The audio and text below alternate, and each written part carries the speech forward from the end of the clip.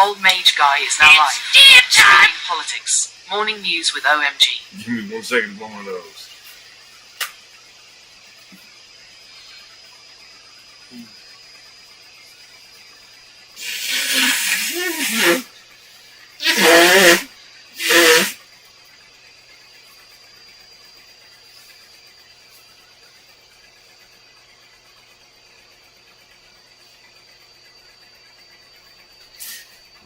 Thankfully for me, Loki decided to be a good boy when I went to the bathroom this morning. So I didn't come back to waste. Oh.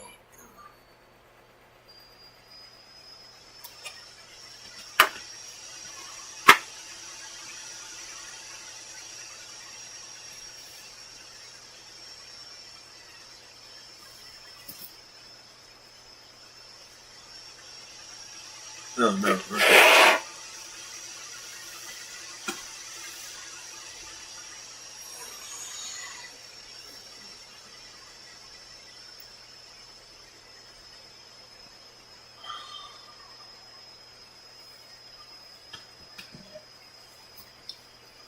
I've not had tobacco or a sip of coffee or dab yet.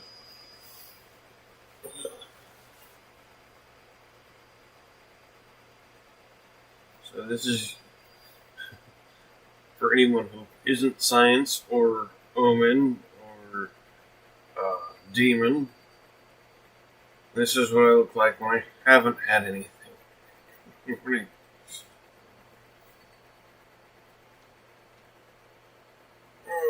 I can be a little groggy.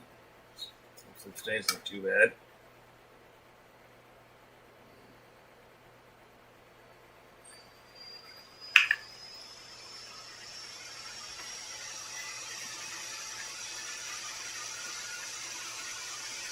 And as a few people may tell you, the mage is not a morning person.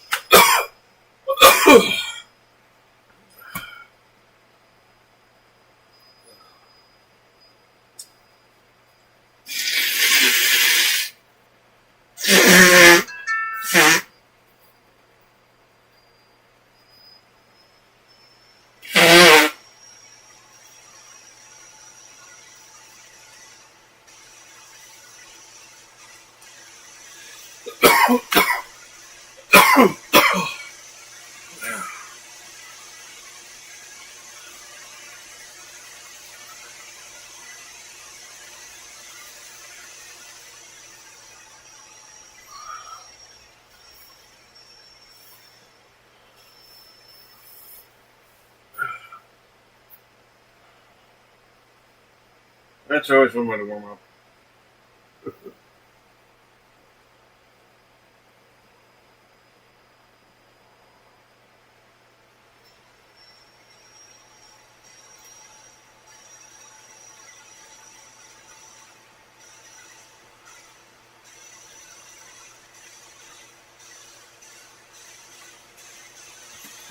Honey, did you take that stuff?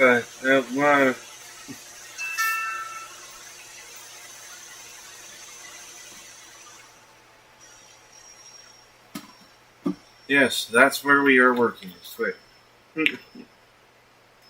YouTube. The one real Greenman feeds the world in the movie. Do you pray?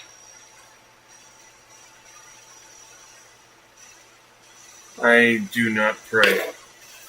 I'm actually anti-religion.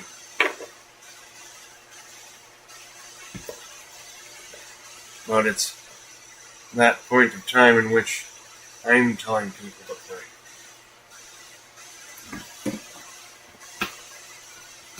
I'm one of those good vibes in the universe type, but I don't pray.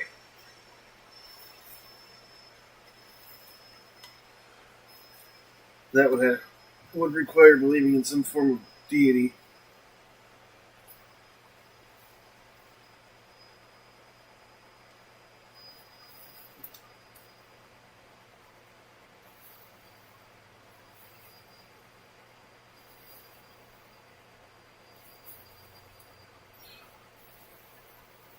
YouTube. The one real Greenman feeds the world in the movie. God bless. He wants to hear from you.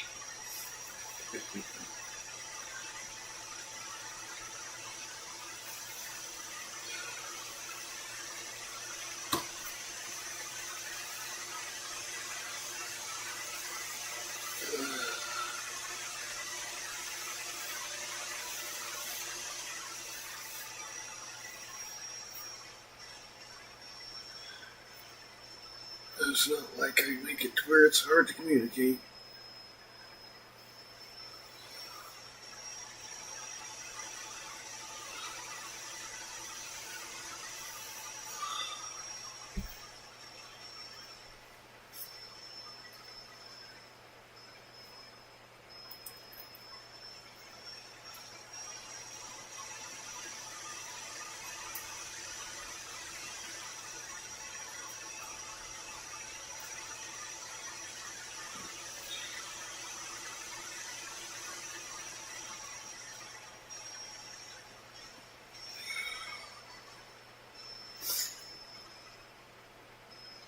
Any god or deity that wants to hear from me must really have some issues going on.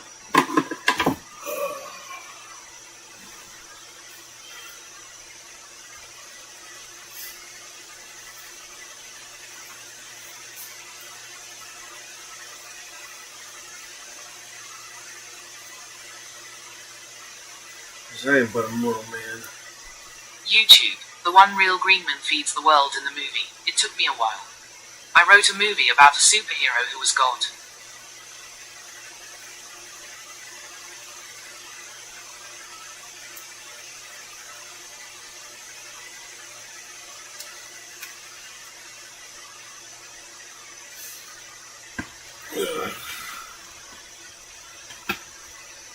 I don't believe in gods. Just beings that are differently abled.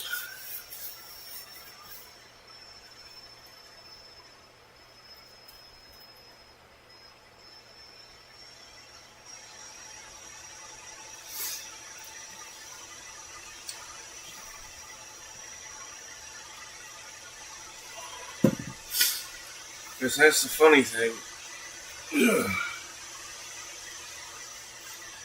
Even if you were to accept that these deities are legit,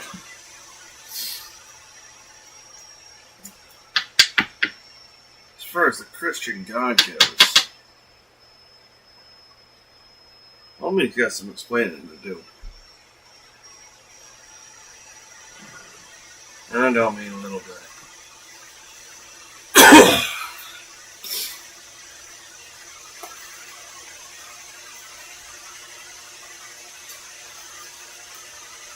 And I don't mean to mean. Homie's got some explaining to do to time. YouTube. The one real Greenman feeds the world in the movie. Just treat others how you want to be treated and know Jesus Christ came to forgive you and love you. No harm or gain. I don't need Jesus for that.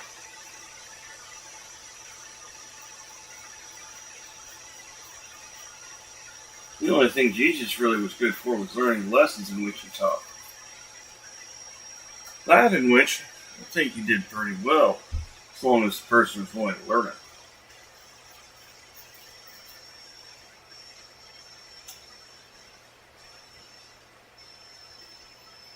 Or should I say heed it? Nowadays many do not. Many who claim to be of said belief system. Well, that's just despicable. You've got fucking Satanists that follow the Christian religion better than active Christians do. What the fuck?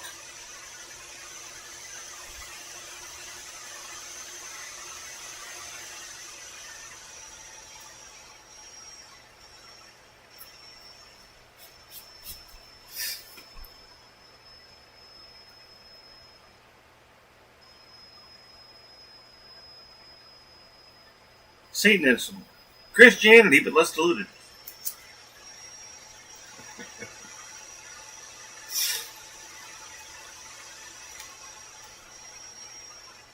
And less hypocritical.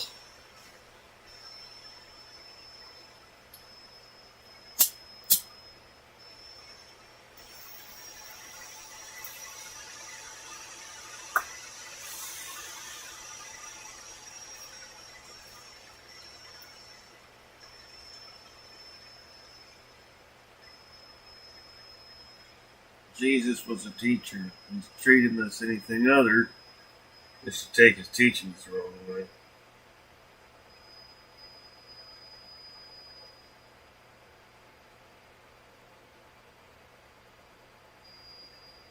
I am anti-religion, but I am still Christian in the fact that I strive to be Christ-like.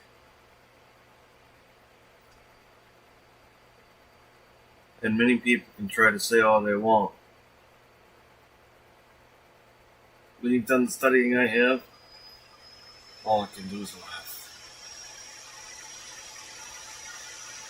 Looks like we're starting with This short. just Jake Vance was just booed as he entered tonight's concert at the Kennedy Center. Check out this clip from Andrew Roth, Global Affairs correspondent for The Guardian. And before you watch, remember to add the Midas Touch podcast on Apple and Spotify to stay up to date on all the news.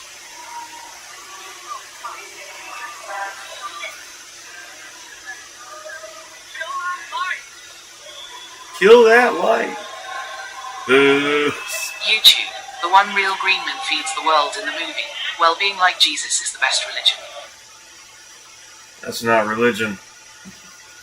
That's knowing how to behave yourself in a respectful manner. There's quite a difference there. Wanting to act in a way that is described by the Bible doesn't make somebody a part of that religion.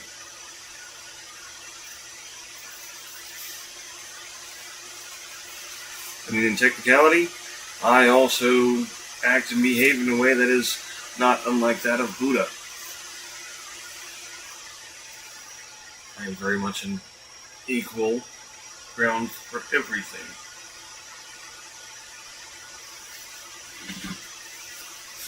Which is not Christian. And not Christ-like.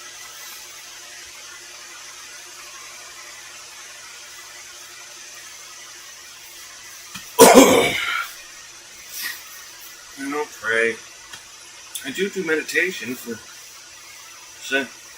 creating a central focus for myself. Again, that's not prayer.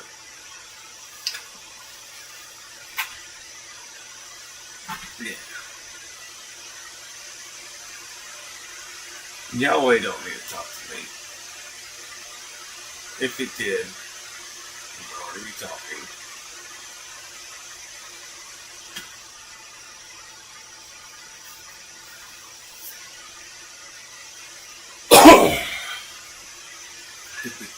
I wouldn't be sitting here on... Well, no, there's a possibility of that.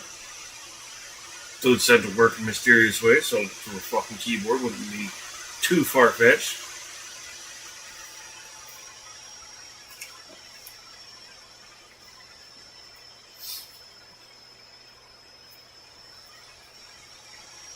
It's pretty darn far-fetched. YouTube. The one real Greenman feeds the world in the movie. Ask Jesus for something I want to see him deliver. You have to seek.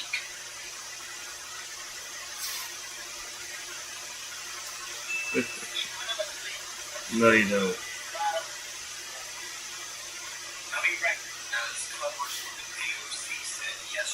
I suggest you go through and read your Bible again. Every Senate Democrat that any vote for cloture will also be considered a vote for the bill, the continuing resolution. People aren't going to be tricked with procedural games. They know exactly what is going on. Defend Medicaid, vote no on cloture, no on bill. To be clear, what cloture means, it's basically a vote on whether you will move to a vote. When you vote on cloture to get to the next step to vote on a continuing resolution, you need 60 votes. So Democrats in the Senate, if they want, could block the next step to ever vote on the continuing resolution that Donald Trump and the MAGA Republicans want to push through YouTube. as The part one of their real Greenman dangerous feeds the world in agenda. the movie. Let's read it together. I'm good. I've read the damn thing 5 times over, and I'm not being figurative with that. I got so annoyed with it and its hypocrisies that I read the damn thing front to back, back to front, and skipping through chapters the way you're supposed to do. I've even read it upside down. When you're in basic training, you don't get very much for reading material.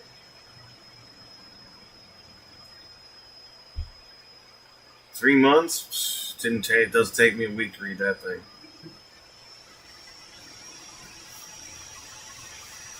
And that's properly reading it.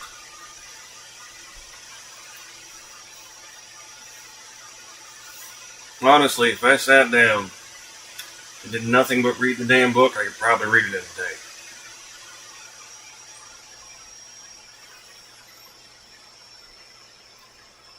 But I ain't done that because that was never the intent. It was never the purpose of it.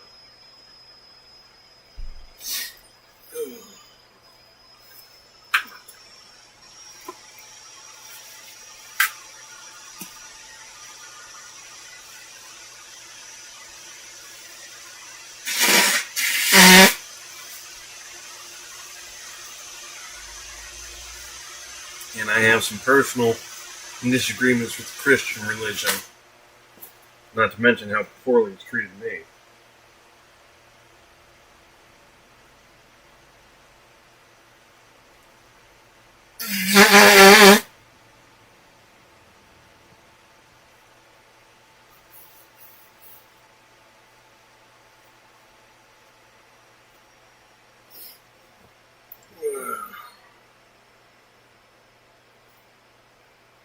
Any religion where you get abused by a clergy, it's not a religion worth having.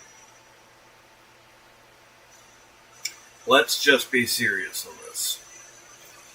And yeah, 9 times out of 10, YouTube. Christian The clergy one real abusive Greenman people. feeds the world in the movie. Tell about how it's treated you. This is not the stream for that.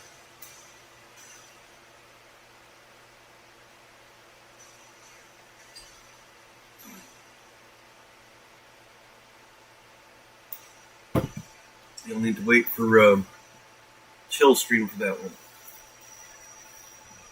This one's a little bit more about news and politics, a little bit less about the religious side, but I'm not going to be a total dick and just ignore your questions.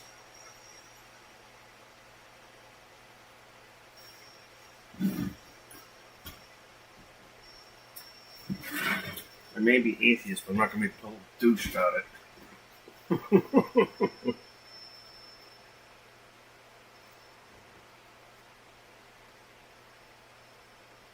I may be anti-religion, but your religion's not my business.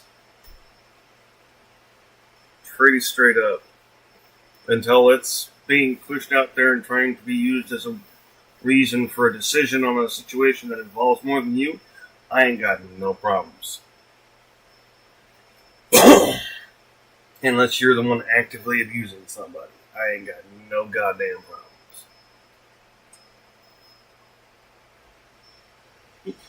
If I did, I wouldn't have half the friends I have now. YouTube, the one real Greenman feeds the world in the movie. There is bad people everywhere. Every group of people have done bad. Oh yeah. And Christians are certainly no exception.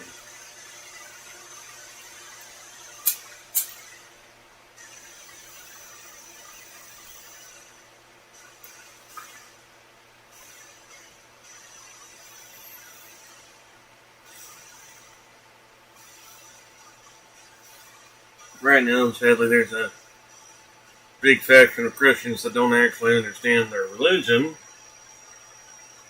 are going against it, but that doesn't have anything to do with the Christian religion. That just has to do with the people who are doing said thing.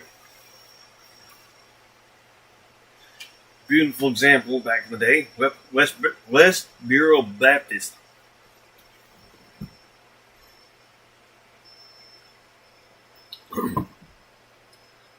Those guys are pretty damn bad.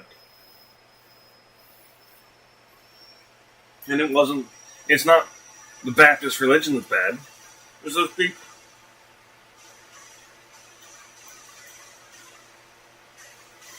That's kind of why I try not to judge a religion based on its people.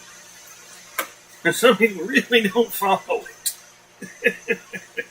They claim to, but they don't. YouTube, the one real Greenman feeds the world in the movie. But why are Christians so powerful? The book and ideas spread and people want to join.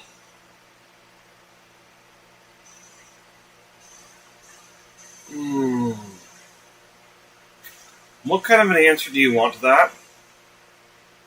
And answer that carefully. Do you want the raw truth, or do you want a sugar-coated answer?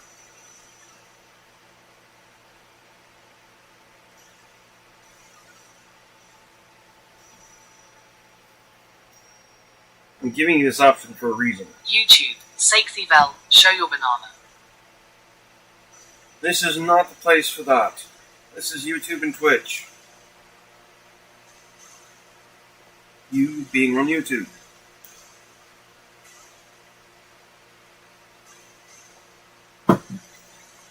If you want to see that, you'll have to stick around for Not Safe for Work streams,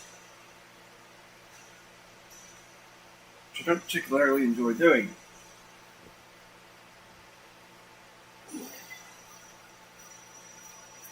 And like everybody else, I got bills.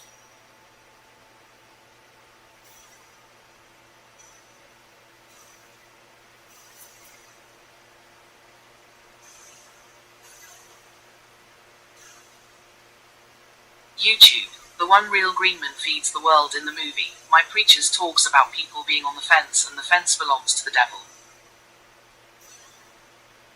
Alright, well, let me clear something up for you. First off, your preacher is sitting there using the devil as a scapegoat. And the devil really is not that bad.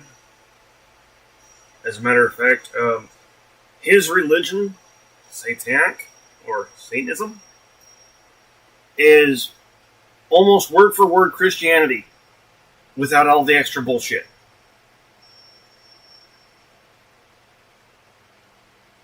The Satanic Bible is this thick.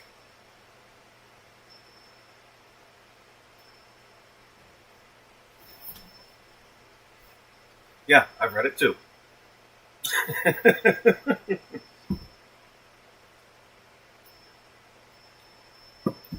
And the only difference was in the Satanic Bible, really just broke down to don't be an asshole. If it's going to harm somebody else, don't do it. If you ain't hurting nobody or any living creature,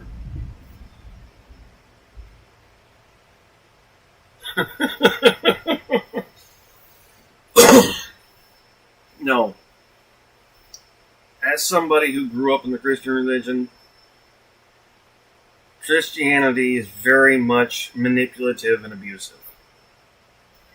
It's not just the people. YouTube. The one real Greenman feeds the world in the movie. I'll take a look at it. Maybe the devil is bring people to God looking for forgiveness. That was the original intent in the Bible, but that's not actually how any of it really happens.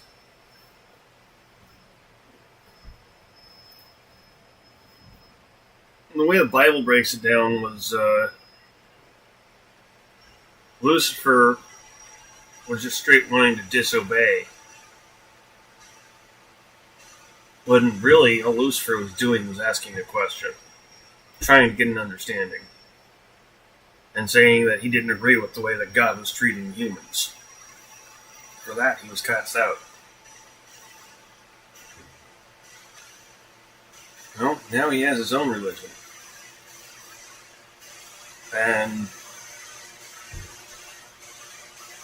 no, he ain't fucking with you. YouTube. The one real Greenman feeds the world in the movie. I'm not Christian the First, don't think. I'm just following Jesus. I'll probably start my own church and land. Well, if you're following Jesus, definitely take a look at Satan's role in satanic worship. And not the black magic worship, just regular Satanism. Because there is difference.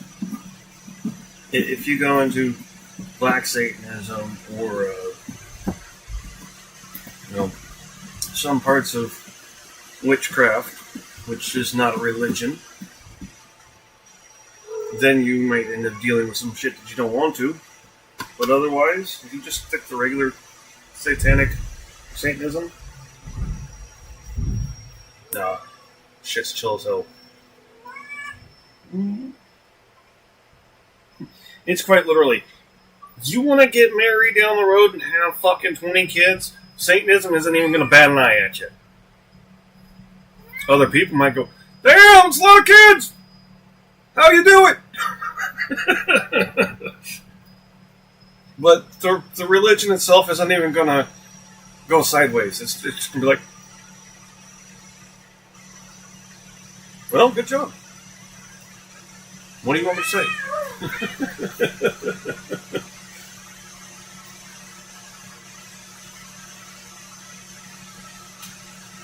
No, that's the nice thing about Satanism. The only time you're going to be close to condemned is if you're going out and fucking hurting people. Murderers don't get anywhere in Satanism. Rapists don't get anywhere in Satanism.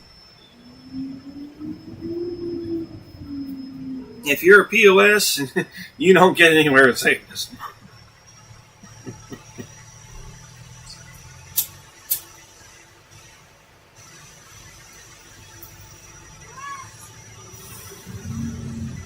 See, as to where in Christianity it said heaven's the place to go, in Satanism, if there's a place to go, and it says if, it would probably be hell. And like anything else in the religion, it is what you make of it. So if it is actually the Christian hell and you go down there and overthrow the motherfucker, guess what? My satanic rule, it's fair play. So over on Twitter, several of us will sit there and harass the Satan account. He sat there and talked shit a few times about, oh, you guys are going to be in so much trouble when you get down there towards Jesus. We're just like, please, when we get down there, it's being taken over. And it's going to become Club Hell. There's going to be a dance floor. And he's just like, that actually sounds really fucking cool. Since then, he's turned a new leaf on there and started talking about doing YouTube. HR shit. Howard, good morning, my friend. Just saying hi won't interrupt you. You're fine, Howard. Good morning. But no, these parody accounts of God and Satan, I love hanging out with them because they're more up to par with the book, with the Bible itself. And that's kind of nice because there's too much depiction of these people, these characters, as otherwise.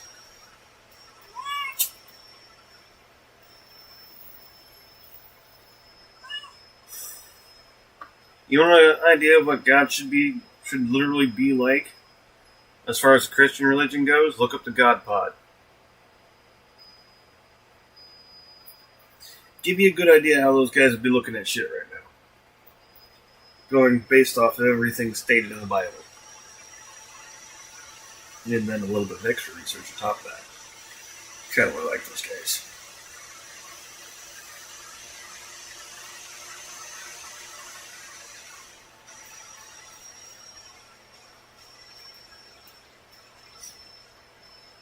But yeah, no, the Satan account on Twitter is now all about reforming hell to be a bit more modernized and, well, humanized.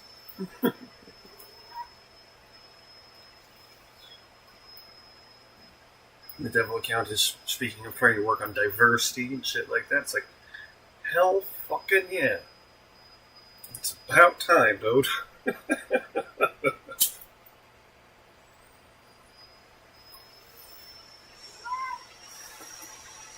But some of us will sit there and just have good old jokes with that account.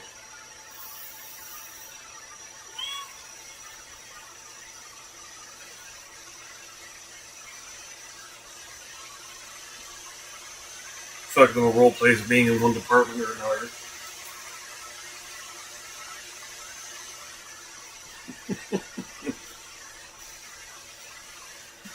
The accountant really does a good job playing it off. That's great.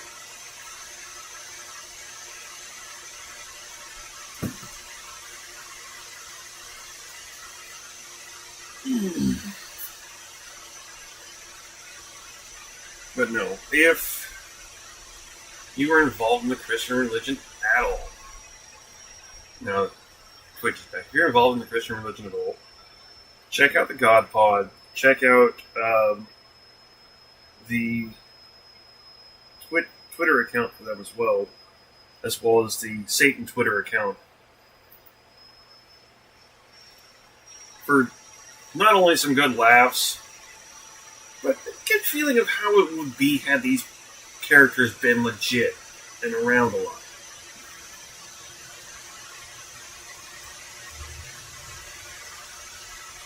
These two do a pretty damn good job of it. They have a Jesus character on the God Pod, of course, and I can't complain. It's about how I see Jesus as having been.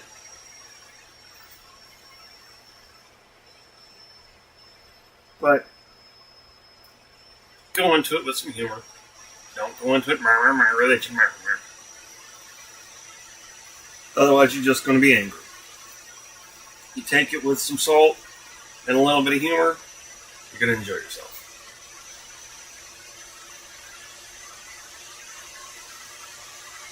And for the Satan account, it is S8N. Just to be clear. Dude, great.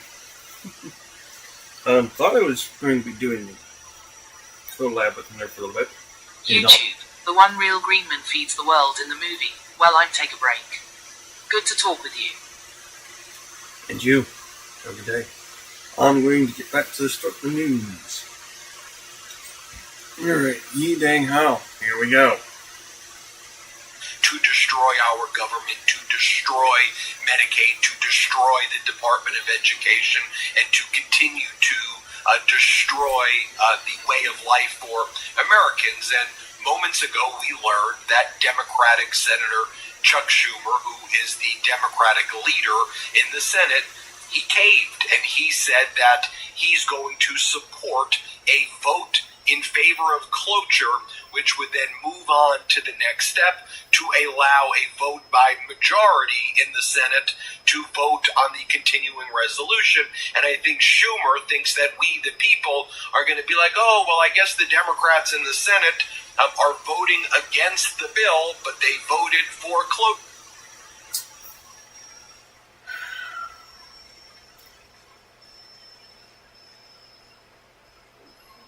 I've always had a funky feeling about Schumer.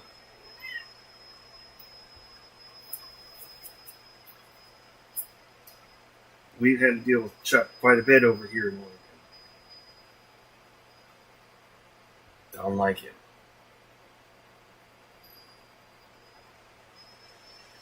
Dude's been sleazy to me for some time.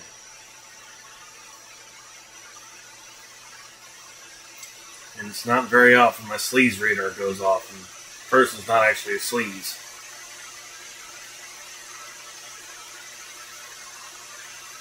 So it looks like they're standing up. No, we know what's going on right here.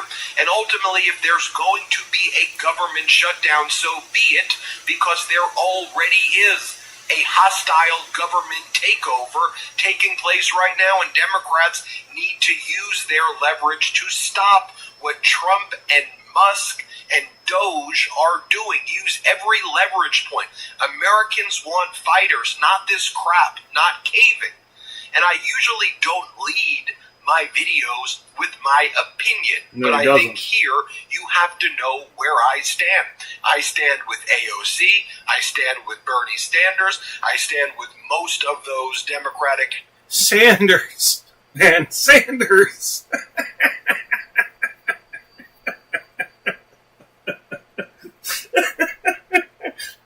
Yes, I know Bernie's always the one that stands up, but it's Sanders, not Standers. House members who also voted against this awful, atrocious continuing resolution, and I stand with all Democratic senators who vote against cloture. If you vote for cloture, in my view, you are being complicit. I don't care if you're a Democrat or whatever you are.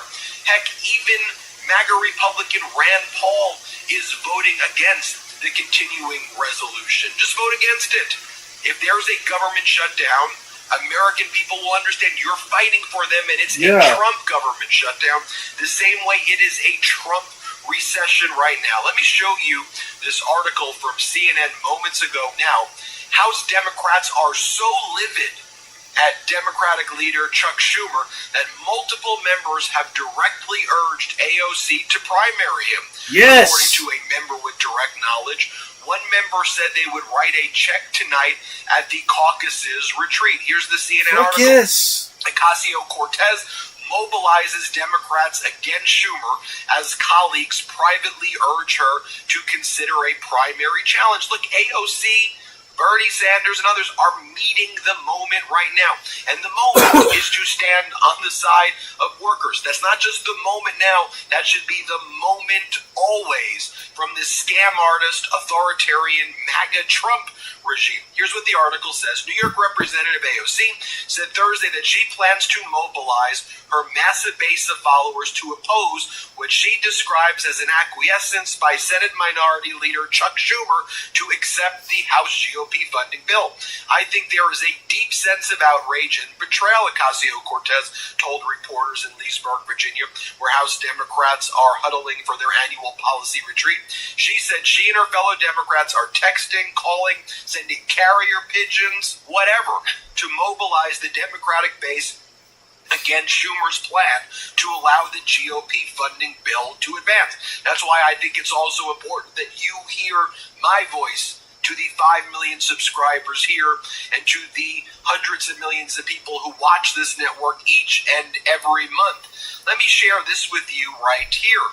This is the moments ago where Chuck Schumer said that he will vote in favor of the GOP spending bill, or he will vote for cloture to get to the next step to vote for the GOP spending bill. Let's play it. I believe it is my job to make the best choice for the country to minimize the harms to the American people. Therefore, I will vote to keep the government open and not shut it down. Trump is now in his first month in office, and we want to know how you think he's doing as president. You guys know how I think he's doing, but Democrats and other critics say that he is going too far too fast, and they are criticizing him, they're criticizing Elon Musk, and others. Now we want to know what the American people think, so we can throw it right back in. Vote to keep the government Newsmax ad. and not shut it down. As Christopher Webb says, Chuck Schumer, the top Democrat in the Senate, just caved again. His support for the Republican CR plan isn't leadership, it's surrender. He's not fighting for the American people. He's propping up policies that will hurt us, right? Just, was it 48 hours ago? It seemed like he was going to fight. We were just getting the people's hopes up that you're going to fight. This is what he said on the House floor about a day ago before he caved. Here, play this clip. Funding the government should be a bipartisan effort, but Republicans chose a partisan path, drafting their continuing resolution without any input from congressional Democrats. Because of that, Republicans do not have the votes in the Senate to invoke cloture on the House CR. Our caucus is unified on a clean April 11th CR that will keep the government open and give Congress time to negotiate bipartisan legislation that can pass. Our editor-in-chief, Ron Filipkowski, does not mince words. That's what I hope you appreciate about this network. We don't mince words. We tell you how we feel. Filipkowski writes, when you are so afraid of Trump calling you shut down Schumer that you willingly accept surrender Schumer as your legacy. Filipkowski goes, Rand effing Paul is voting against this damn CR. But seriously, look, I think for Chuck Schumer, he feels sometimes that it's just business as usual and that this is all, a game and politics and da-da-da-da-da. Remember back in October where Trump attended that Catholic charity event? Trump, the sexual abuser, at a Catholic charity event, and people were normalizing him, them, and cracking jokes. Remember this moment with Schumer right here? Play this clip.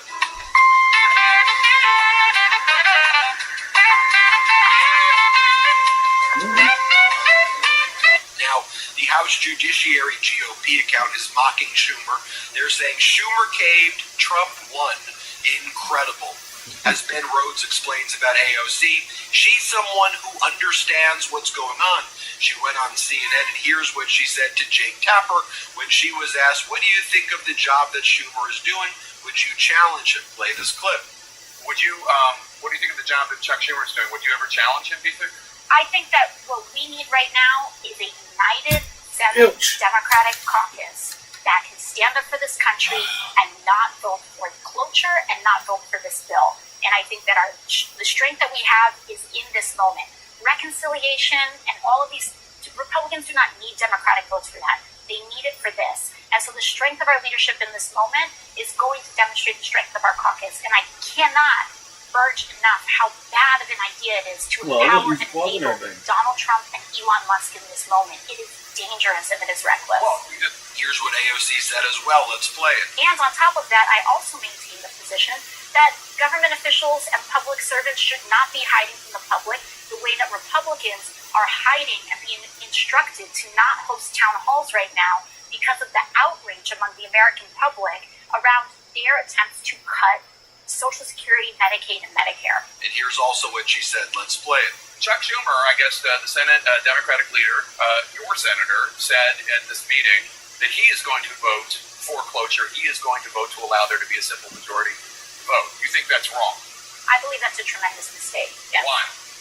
I think, well, first and foremost, the American people, if anyone has held a town hall or has seen what has been happening in town halls, American people, whether they are Republicans, Independents, Democrats, are up in arms about Elon Musk and the actual gutting of federal agencies across the board. This continuing resolution codifies much of this chaos that Elon Musk is wreaking havoc on the federal government. It codifies many of those changes. It sacrifices and completely eliminates congressional authority in order to review these impulsive Trump tariffs that he's switching on and off. And on top of that, for folks who are concerned about effectiveness in government, this Republican extreme spending bill removes all of the guardrails and all of the accountability measures to ensure that money is being spent in the way that Congress has directed for it to be spent. This turns the federal government into a slush fund for Donald Trump and Elon Musk. It sacrifices congressional authority, and it is deeply partisan. And so to me, it is almost unthinkable why Senate Democrats would vote to hand the few pieces of leverage that we have away for free when we've been sent here to protect Social Security, protect Medicaid, and protect Medicare. You have it. Then Chuck Schumer went on Chris Hayes on MSNBC and just said a bunch of word salad gibberish about why he was supporting a vote in favor of cloture. Play this clip. Ton of leverage. The one thing they have leverage is in the Senate where you need a filibuster-proof majority on a cloture. Get all your allergy needs on DoorDash. Delivered where and when you need them. With allergies, Spring is an endless to-do list. Get medicine. Cloture. Play this clip. Ton of leverage. The one thing they have leverage is in the Senate where you need a filibuster-proof majority on a cloture vote. That there's essentially an unconstitutional assault on the government right now, and I think you would agree with that, There right? is. An assault on the constitutional. These guys are the worst, and we got to fight them every step of the way. As we say in Brooklyn, Chris, they're saying you're not step fighting. of the way. But look, Russ Vought is already telling people, but he's telling people on the floor, we are not even going to listen to this CR. This is a piece of paper that we will impound and rip up the moment it's passed. If that's the case, how is voting for cloture not essentially an imprimatur on the very same assault on the constitutional order? They're already, even without this CR, they're already doing it. Right. Okay? They did it to the Department of Education. But I can tell you, I've been through shutdowns before. It's not that this CR is good. It's not that voting for it is good. It's horrible. But the alternative is worse. Now, here's what Senator Bernie Sanders said, who has been meeting the moment. Let's play this clip. That assumes that millions of people are not standing up and saying, you know what? We're a democracy, not an authoritarian society. Don't undo the Constitution of the United States. You're not going to throw 83,000 workers off the Veterans Administration. You're not going to cut the Social Security staff so that elderly people will die while they're waiting to get the benefits that they paid into. You're not going to take food away from hungry kids. If you do nothing, you sit back and you say it is going to be terrible, and that's right. A shutdown will be terrible. But our job is to put the onus on the Republican president, the Republican House, the Republican Senate, the people who control the government. They are responsible. They've acted in an undemocratic, unprecedented, unilateral way. They've given us an offer, take it or leave it. That ain't the way democracy works. No. Here's what Ambassador Susan Rice had to say. She goes, every Senate Democrat should vote no on cloture and no on the CR. No self-respecting Democratic lawmaker who takes his or her responsibility to their constituents and the Constitution seriously can vote for this despicable Trump-Musk power grab CR. Why should Dems roll over and play dead when they were completely cut out and presented with a shit sandwich? They shouldn't. Why give Trump a bipartisan imprimatur to gut the government? What the F, Schumer? Grow a spine and grow a spine quickly. That's our message to you as well from the Midas It Touch would never had a spine. Grow a spine. Vote against cloture. Vote against the CR. The American people are with you. And how do we know that? Because across the country, people in red areas, blue areas, purple areas are rising up at this hostile government takeover.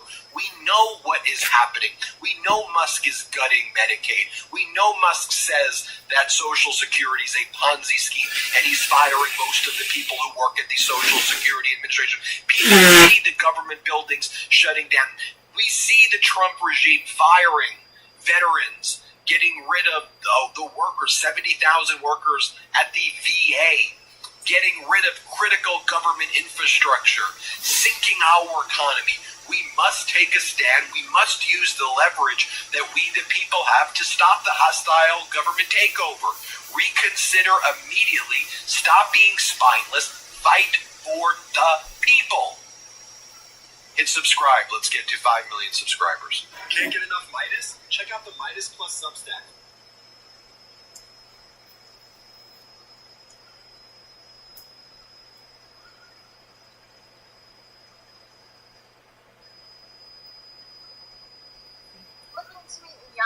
After this one, it's today.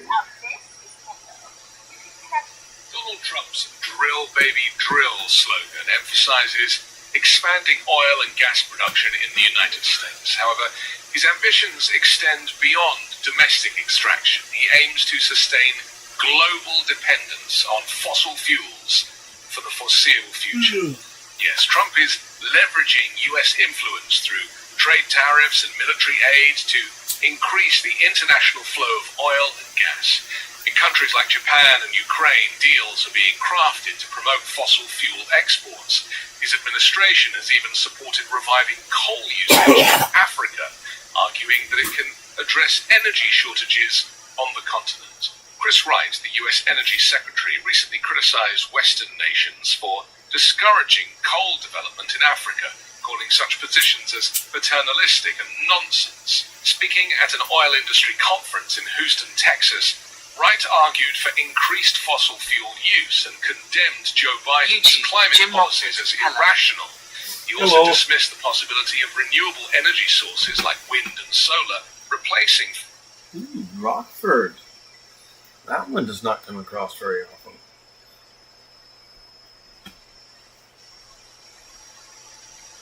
It's not exactly an unknown name, either.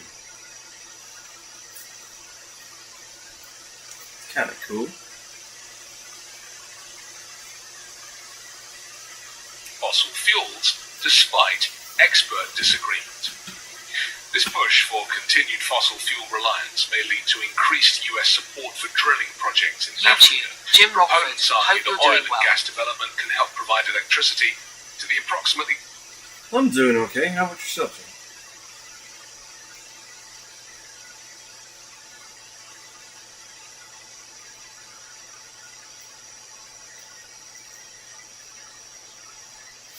Sinuses are going nuts today. Otherwise, yep, he's back there sleeping. Taking care of my dad's Great Pyrenees. I've got a slight allergy to dog dander.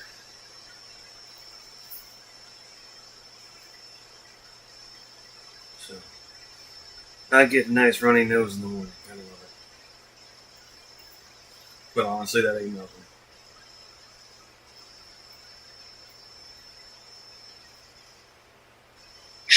Million people on the continent who currently lack access. However, climate scientists warn that continued fossil fuel use intensifies the global climate crisis, disproportionately affecting vulnerable regions like Africa, despite contributing the least to greenhouse gas emissions. African countries face severe consequences, including rising temperatures, droughts, and floods. These climate-related disasters could reduce African nations' GDP by up to 5% due to economic losses. While other countries are moving slowly towards cleaner energy sources, Trump is reinforcing fossil fuel dominance. He has reversed the Biden-era pause on American gas exports, attracting investment interest from Japan and South Korea in an Alaska gas project. Additionally, a proposed deal with Ukraine could grant the U.S. access to the country's mineral resources, including oil, gas, and critical materials like graphite used in batteries. This agreement could also influence Trump's position on U.S. military support for Ukraine, which has been under strain since Russia's invasion in 2022. By cutting support for renewable energy... No. Sorry. The invasion legitimately happened during the end of Obama's term. I would suggest that you guys actually keep up on that properly. Because Zelensky's been fighting for longer than just a few years. Y'all should be paying attention to that. And dismantling international climate initiatives, the Trump regime is hindering global efforts to reduce emissions. People worldwide, especially in vulnerable economies, they need climate solutions. But Trump's agenda signals no intention to address these urgent concerns. Trump is moving to reconsider the official determination that greenhouse gases endanger public health, a decision that could dismantle the legal basis for the United States' climate regulations. This action is part of a sweeping effort to weaken or repeal environmental protections on power plants, vehicles, and waterways. The Environmental Protection Agency announced this week that it may revoke a pivotal 2009 ruling that classified greenhouse gases, including carbon dioxide, as a danger to human health. This endangerment finding stems from a Supreme Court decision granting the EPA authority to regulate such emissions and serves as the foundation for policies aimed at reducing climate pollution.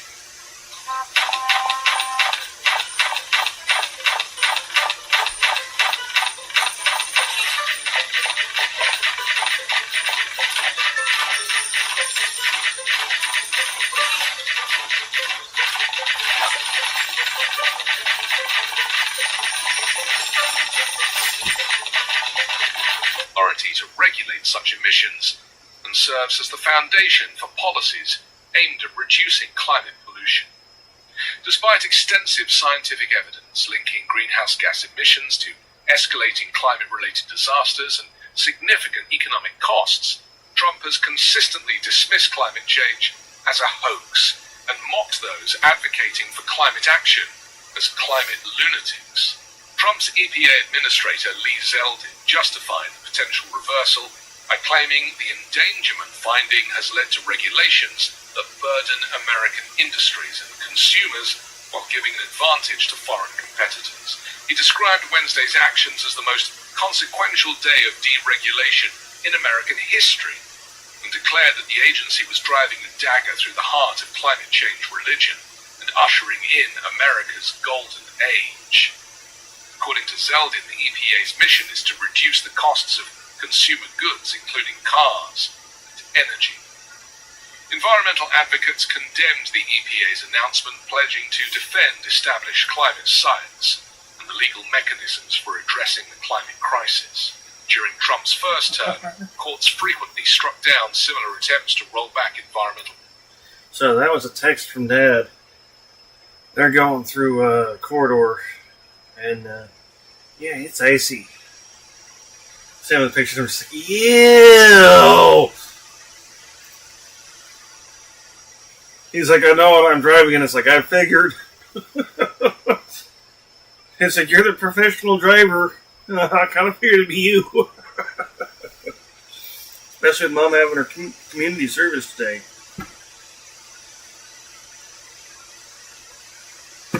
So it looks like Chi-Chi's been staying in the truck with Mom and Dad. When they can. Oh well. Protections and legal challenges to these latest actions are expected to follow. In total, the EPA issued 31 announcements within a few hours targeting nearly every major environmental regulation to protect Americans' clean air, water, and a livable climate. Among these moves was a decision to overturn a Biden-era plan aimed at reducing pollution from coal-fired power plants, a scaled-back version of an Obama administration policy that was previously struck down by the Supreme Court. The EPA also plans to revisit vehicle pollution standards, which Zeldin described as a crushing regulatory regime on automakers transitioning to electric vehicles. Other proposals include weakening limits on soot pollution linked to serious health issues, potentially eliminating rules preventing power plants from polluting waterways or dumping toxic waste, and further restricting the scope of the Clean Water Act. If upheld by the courts, this sweeping rollback of pollution regulation could reshape America's environmental landscape in ways not seen since the 1970s, when landmark legislation curbed the era of smog-filled skies and polluted rivers that followed industrialization. Pollution from power plants, highways, and industry contributes to heart and lung diseases and other health problems, Meanwhile, greenhouse gases from these sources drive global temperature increases, intensifying extreme weather events like heat waves, floods, and storms. Meanwhile, the United Kingdom's net zero green economy now generates over $83 billion in GVA, gross value added, and has grown 10% in the last year, according to a new report. The report reveals that the UK net zero economy is a significant driver of growth, innovation, and productivity, suggesting it will be vital for the government's wider growth agenda. Employment within the sector has also seen significant growth of 10.2% over the past year. Net zero businesses support the equivalent of nearly 1 million full-time jobs, which are typically better paid than the UK average. With the UK aiming to reach net zero by 2050, a crucial part of the strategy is to transition to an electricity system with 100% zero carbon generation, and much of this is expected to come from renewable energy. Currently, 43% of the UK's energy comes from a mixture of renewable sources: solar, wind, and hydroelectric. It's technically and economically feasible for the US to transition to a 100% renewable energy economy, with studies suggesting this could also be achieved by 2050, and some even predicting even sooner. But with a tyrant at the helm, who cares nothing for the planet or for the health of its citizens, the climate crisis clock has been set back considerably. That is why today I will also declare a national energy emergency. We will drill, baby, drill. I'm Anthony Davis. You can find me on the 5 Minute News YouTube channel and podcast, on Wednesdays co-hosting Uncovered, and on Sunday on The Weekend Show with Midas Touch.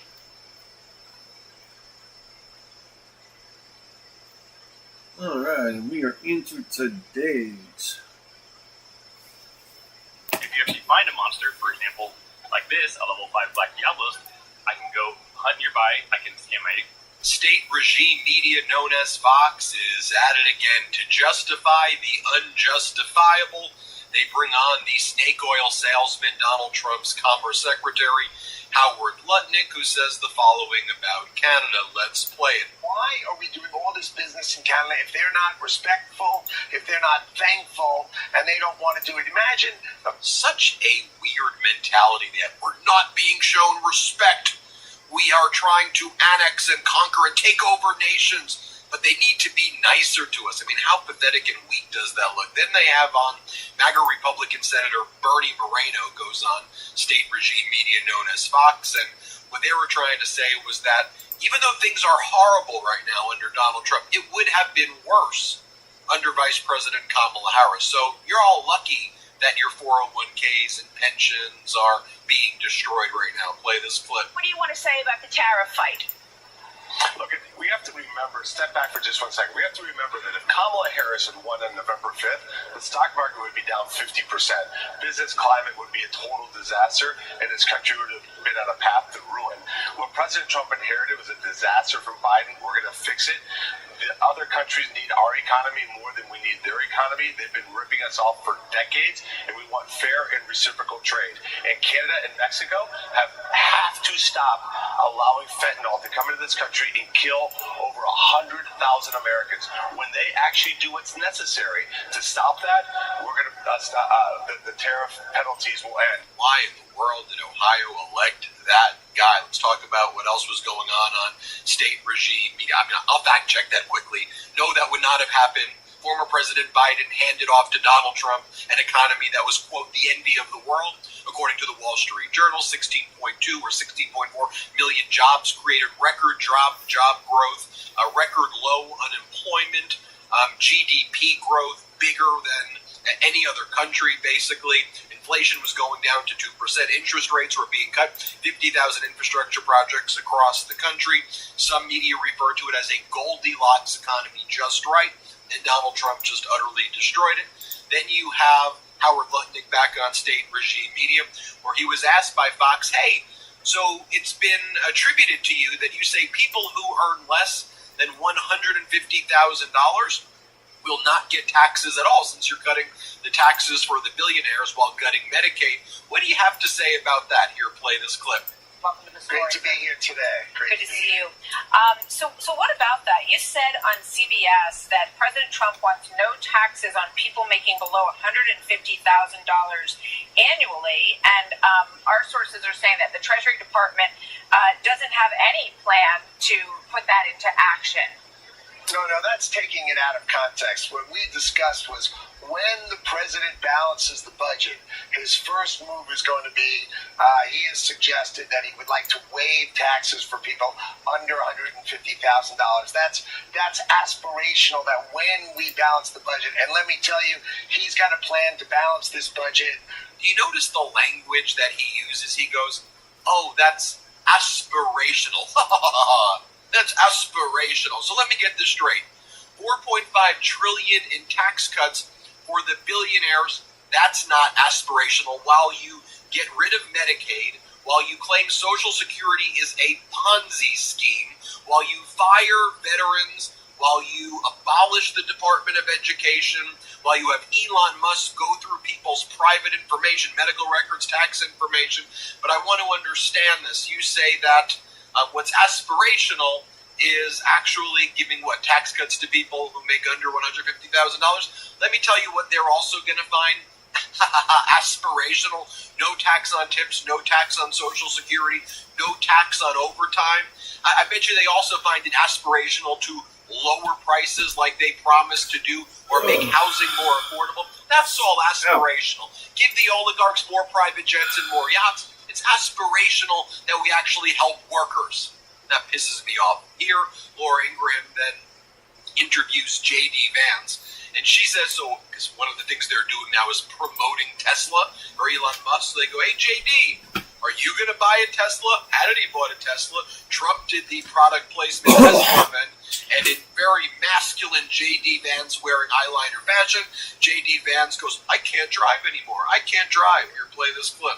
Meanwhile, Elon Musk is dealing with basically eco-terrorism at his dealership. Right. The president, comes out and buys a Tesla the other day. First of all, you could buy a Tesla too. Is that just Trump? I can't drive anymore, Laura. Oh, I actually talked to the president about it. I said, you're nice invited to Tesla, you're not allowed to drive. Or it's a nice Dodge or nice Doge. So first of all... Oh, so alpha, JD. So alpha. These are the people who go around saying, what the biggest challenge is that our masculinity is being challenged by the left.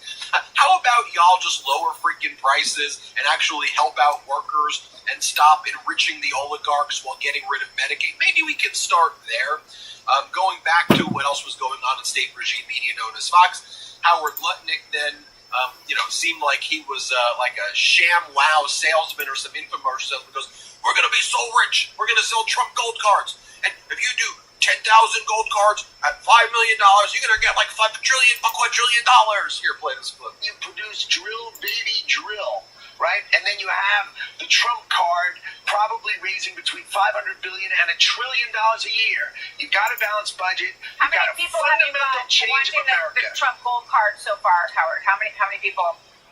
Well, we're going to announce over the next 2 weeks a pilot program, which is going to help Congress be able to score that in and help this reconciliation bill. But we expect tens of thousands. I mean, just the inquiries I've had, tens of thousands of applications at $5 million each. We are working our tails off to balance the budget for the American people and for Donald Trump. That's why they elected Donald Trump, and he is working really hard at it. You say the goal? Really?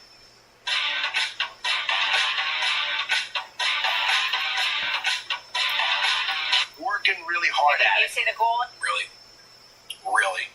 Doesn't that look like one of those infomercials from like the 1990s? That's what it looks like to me that I grew up with. These are the people running our government. Yeah, into the ground. Here, Howard Lutnick then further defames and demeans Canada and says it can't exist without us. Play this clip. So you have to remember, Canada exists leaning on our economy. I mean, let's face it, cars used to be made in America. Why did Michigan's cars move to Canada? To break out of the UAW. I mean, that's just unfair to American workers and American union workers. It's just, you finally have Donald Trump's got their back and is wondering why are cars made in Canada? Why are we doing all this business in Canada if they're not respectful, if they're not thankful, and they don't want to do it? Imagine a provincial leader, so like the equivalent of a governor, deciding that they're going to attack America and put a 25% increase on energy prices to teach Donald Trump a lesson. I guess what happened? He learned a lesson. We're going to come in and talk, but what should you expect? You should expect exactly what you heard President Trump said today. What are you doing for us? I know what we're doing for you, but what are you doing for us? And I think that's it. The right way to look at it, that's our president's way of looking at it, and that's what you should expect. So, speaking about contempt for working people, Hannity then brings on Alina Habba, who is Trump's former lawyer, who lost most of the cases for him and was sanctioned in federal court for being such a terrible lawyer. And Hannity asks her, Hannity's like, so Jasmine Crockett and AOC seem to be leading the intellectual thought. And then she mocks him, and she's like, well, AOC would be at the bar serving us drinks, ha ha ha. She was a server. Here, play this clip. I really don't see a path with them. I mean, Jasmine Crockett and AOC and the squad seem to be leading the intellectual thought of the Democratic Party. What intellectual thought, Sean? The last I saw, they're dancing down the halls of Congress. I've never seen anything like this. I'm watching TikToks of crazy things. They're singing, they're dancing, they're holding beers, and I never saw anything like this. I was doing the intellectual side of the party. And I love when AOC lectures Elon Musk about not being intelligent. I'm like, oh, she's such a genius. You know, I'm inspired by her every word. You were in the bar. You were in a bar. Yeah. You were in a bar, AOC. Calm down and not to have a drink, to serve one. Exactly. All right, Alina Habba, thank you. You want to know how I know they're not going to do no tax on overtime or no tax on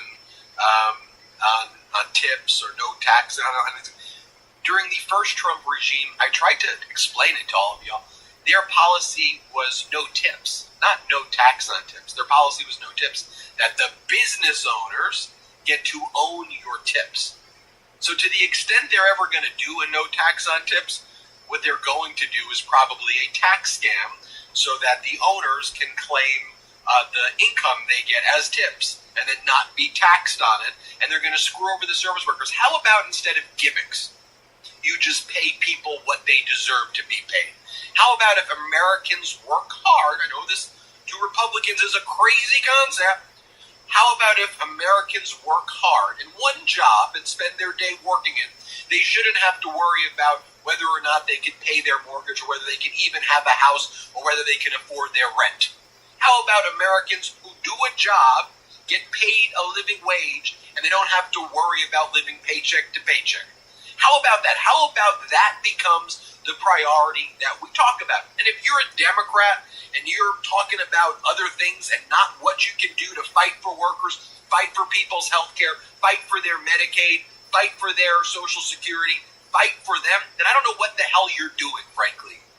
Next on Jesse Waters' state regime propaganda, he starts whining that he has a family member who works at Johns Hopkins University, but now because of the DOJ cuts, it's possible that one of his family members is going to either lose her job or lose the grants that she's getting, because Johns Hopkins is going to have to lay off people based on the reductions or destruction of research grants. Play this clip. Yeah, I just saw some news that Trump took some grants away from Johns Hopkins, where my sister works, and now my mom's upset. She's texting me. It's going to be a whole family thing, so we'll have to deal with that over the weekend. But Ed, when you talk about these thieves, because that's what they are. I mean, you don't take money and pay yourself a huge salary and not do anything with the money except give it to other NGOs that open the borders and open the prisons. I mean, that is a massive scam, and we're hearing Pam Bondi's already investigating it.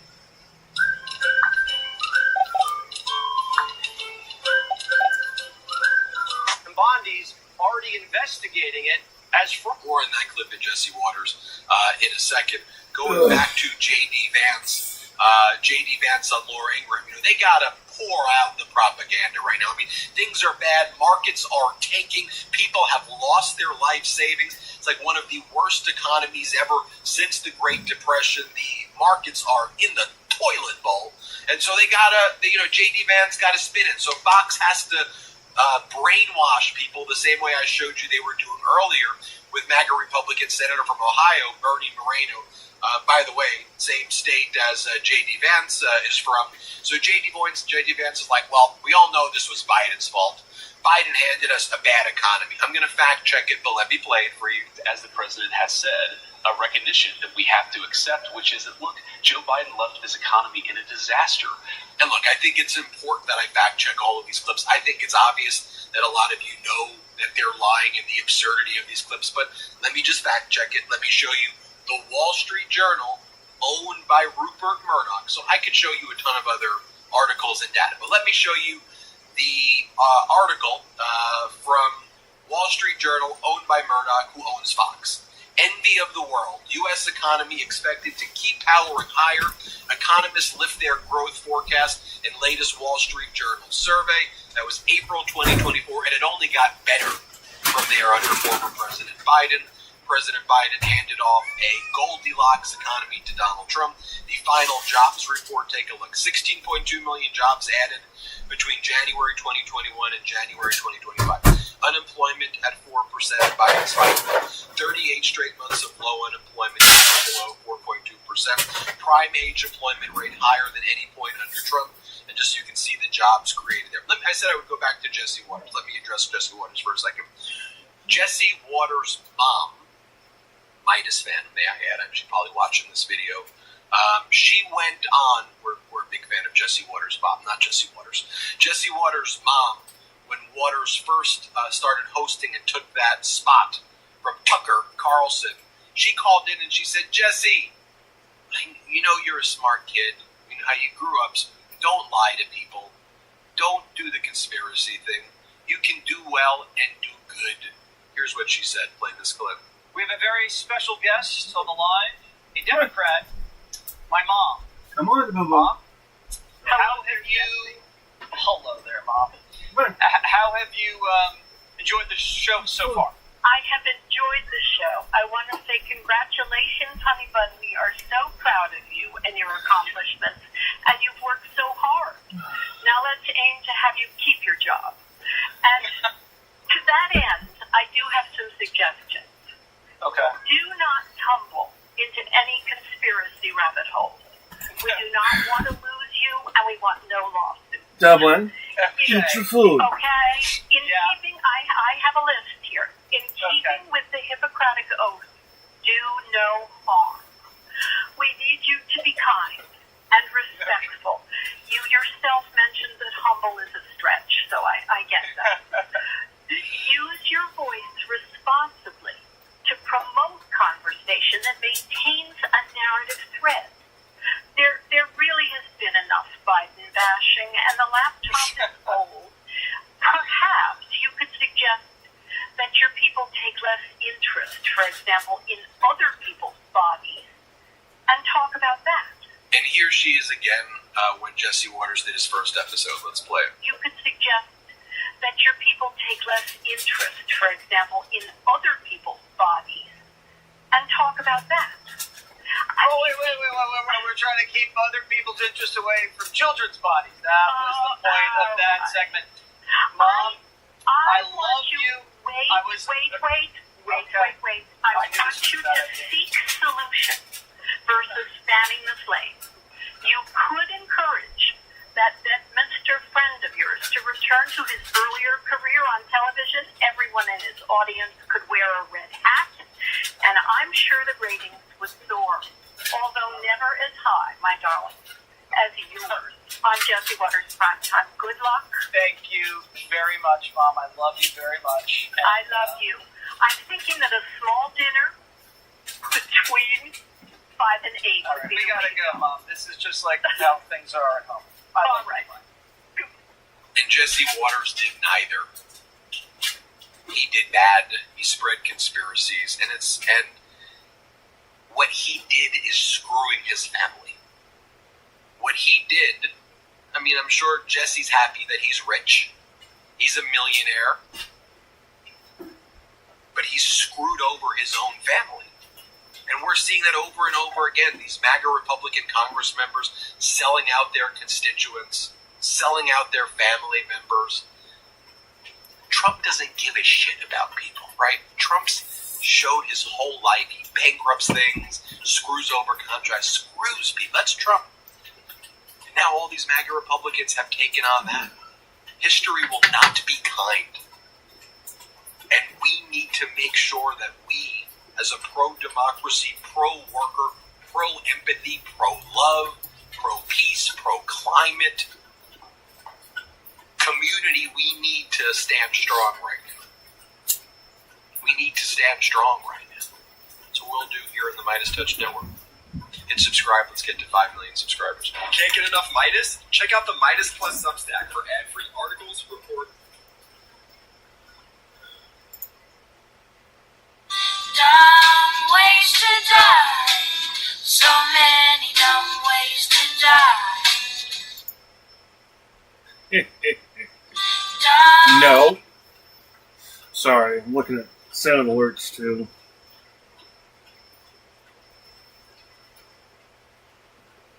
On the fast day of the zombie outbreak, you took your supples and hid on the rooftop, surviving with a simple... Not surprisingly, Donald Trump's approval is plummeting with the plummeting market, with the plummeting economy. It seems everything is plummeting right now in this Trump regime. Let's just take a look at the latest Ipsos poll.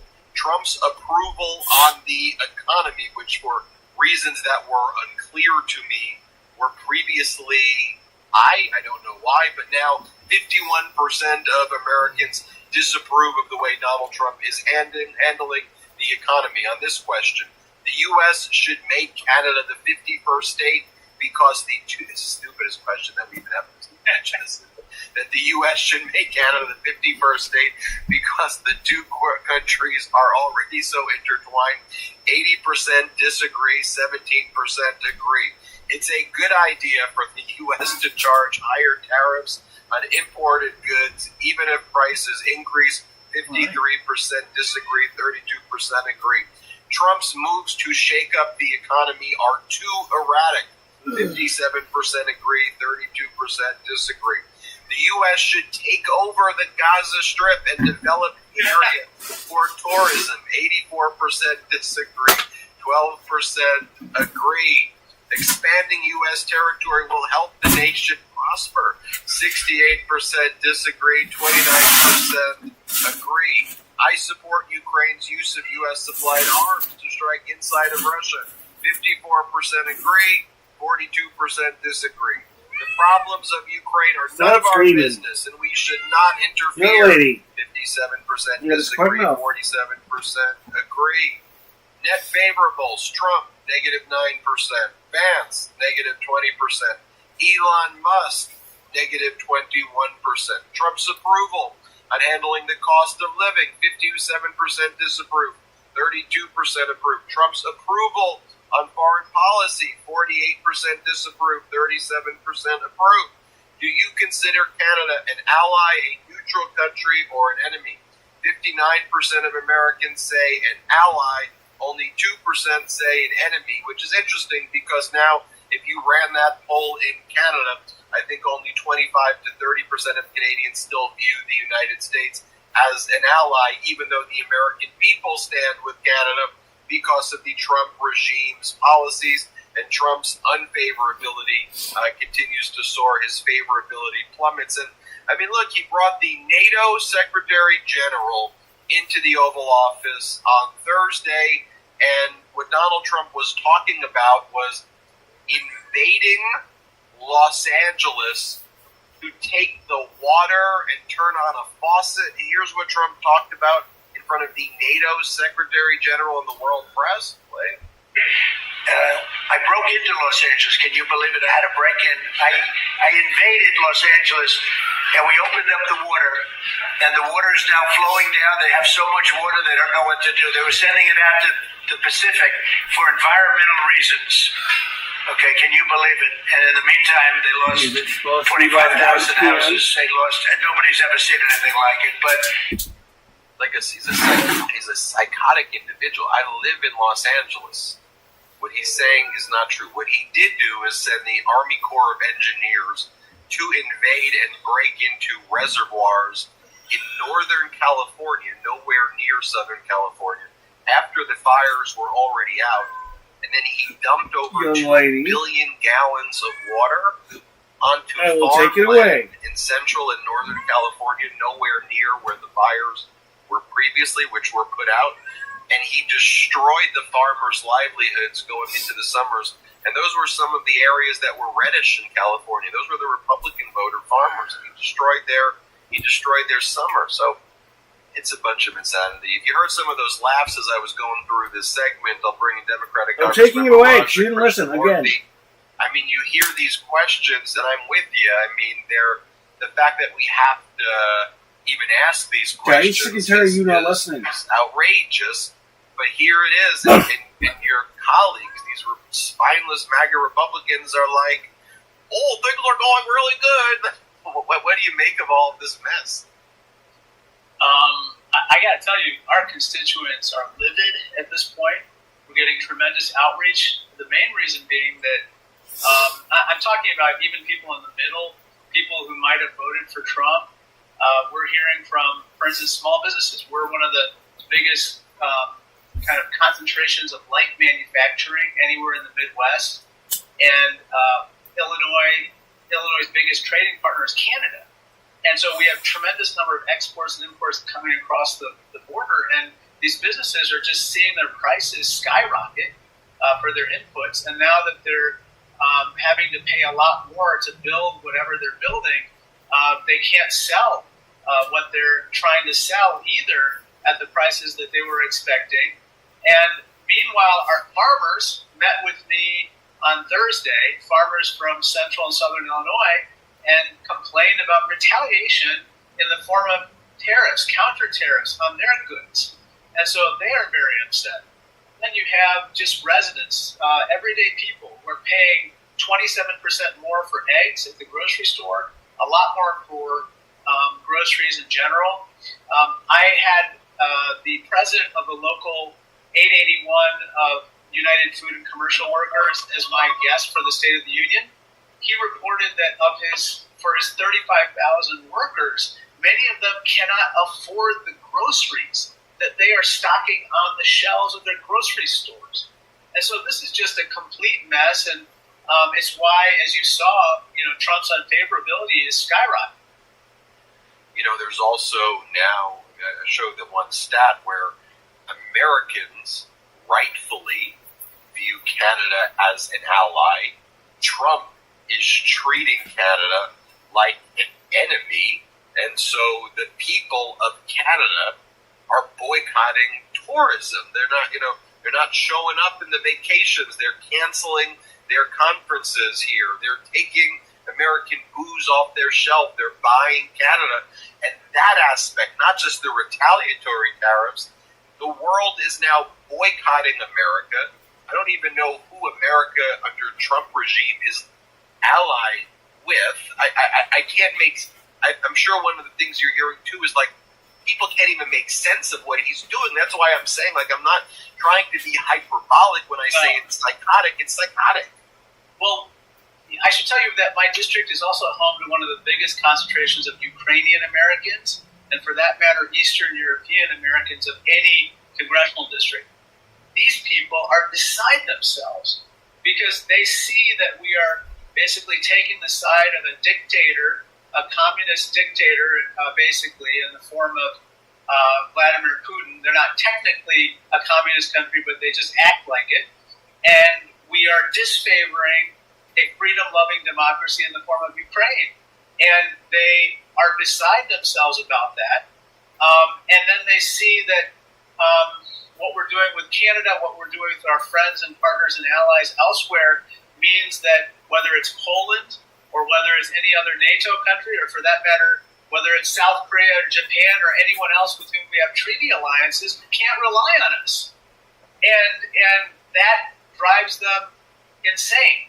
And so we are kind of in this situation where they feel less safe, and they're paying higher prices, and they're having a harder time doing business, and they're worried about their children, because we just heard 2 nights ago that Trump is going to lay off half of the workforce of the Department of Education. Are you kidding me? This is craziness. And this is the kind of nonsense that they're very, very upset about. And did I mention Doge and Elon Musk? That when people found out about Doge and Elon Musk having access to their private identifiable information at the Treasury Department, we got like 1,000 phone calls in 24 hours. And that's just the level of alarm. Hydrate, you bastard! Hydrate!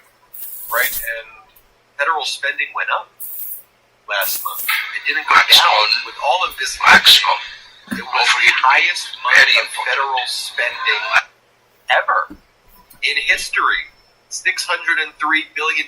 Right now, breathing is a double-edged sword. $30 billion more than the prior month with all of this going on. So it just seems that cruelty is the point. Lay off 70,000 people from Veterans Affairs, 10,000 people from the Social Security Administration, half the staff at the Department of Education, get rid of the national parks, while Elon helps himself with his contracts, while Donald goes around the NASCAR racetrack while half the country was suffering from severe weather events. Like they're not doing the things, and then your Republican colleagues are just like, trust me, bro.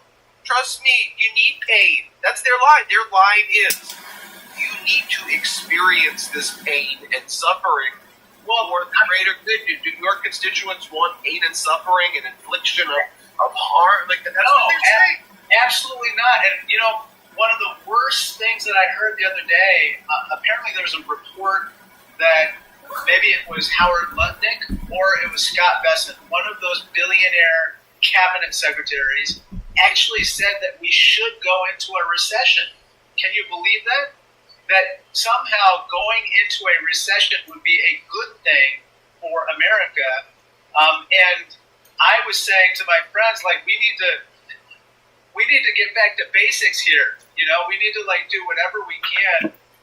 We need to have a coalition to prevent recession. I call it CPR. We need CPR for this economy to prevent us from going into recession and all the, preventing all the collateral damage that's about to happen in the form of unemployment and everything else. Just finally, the things that you're doing, reaching out to your constituents, what you recommend other Democrats do. Your constituents aren't just Democrats. Republicans, independents, people who were not political until politics just whacked them. What are you doing now to kind of reach out? I'm sure you're hearing, Congressman, we want you to fight. And what does that mean to you? What are you doing to fight? Yeah, so I think it means a few things. First of all, I'm doing a lot of town hall meetings. A lot of them are even pop-up town hall meetings where we find out about an executive order in the morning, and then we say, look, we got to talk about this with our constituents either today or the next day. And believe it or not, we had 1,600 people just show up for one of these pop-up town hall meetings because of the level of concern and fear and anger and all of the above. In terms of how do we fight, I think there are a few ways that we have to fight. One, we absolutely have to lift up our voices at this point. I've mentioned this before, but that means the average person lifting up their voices and connecting with their member of Congress on both sides of the aisle.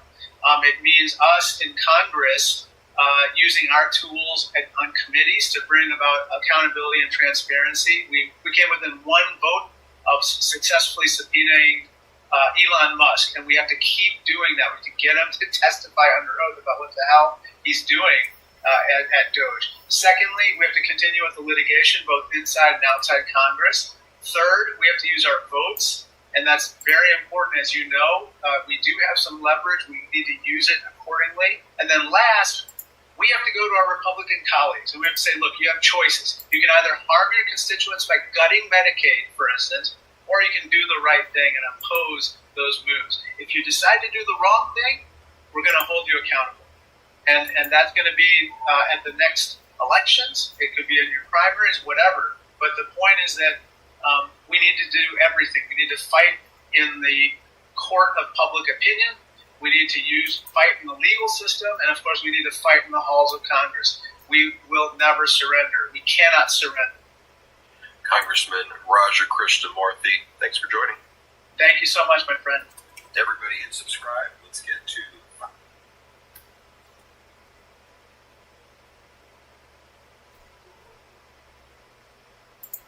Oh, this will be fun. Son?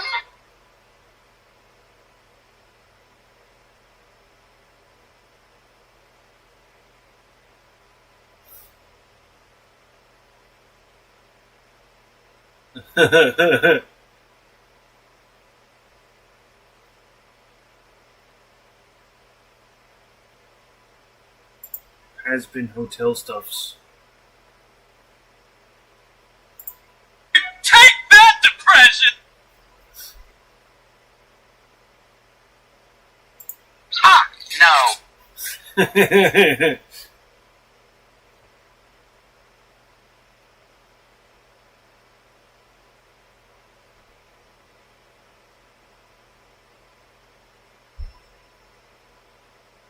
Smile, my dear. You know you're never fully dressed without one.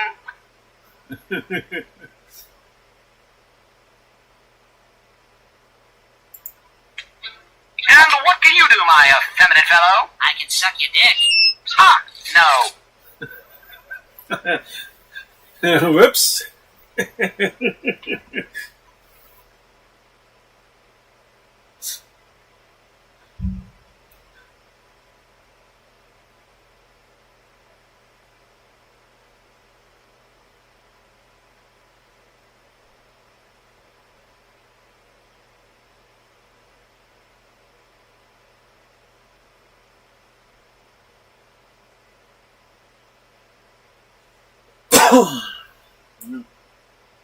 I'm kind of caught there for now.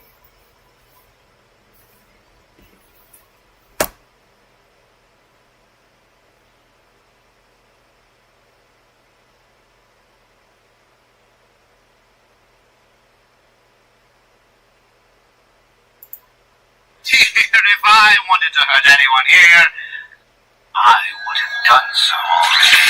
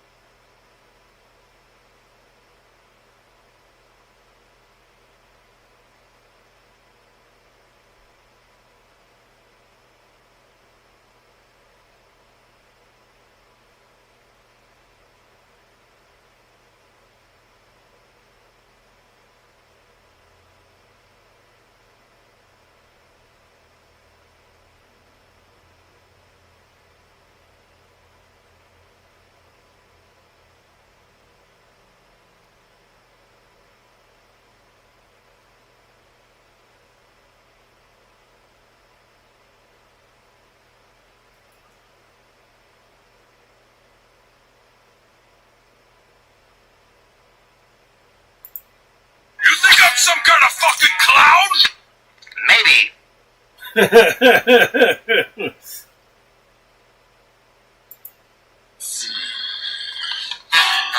know, I don't hate this.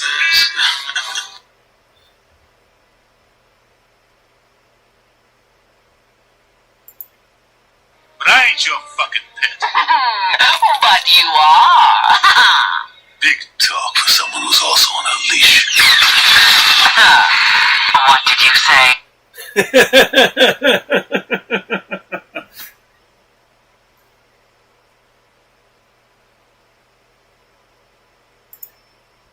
If I wanted to hurt anyone here, I would have done so already.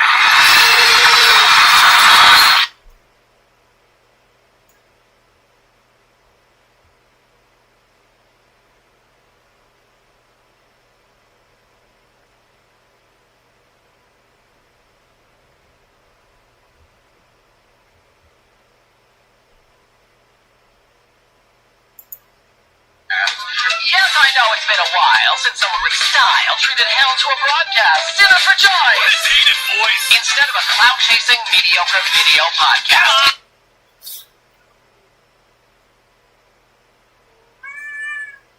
What?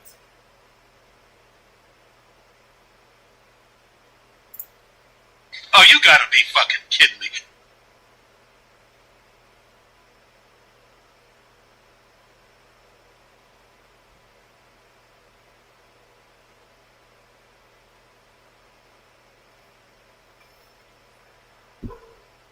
So Hotel has been spun off to... What the fuck was the name of the other one? Remember Hotel Has Been? I can't remember the one you guys actually showed me.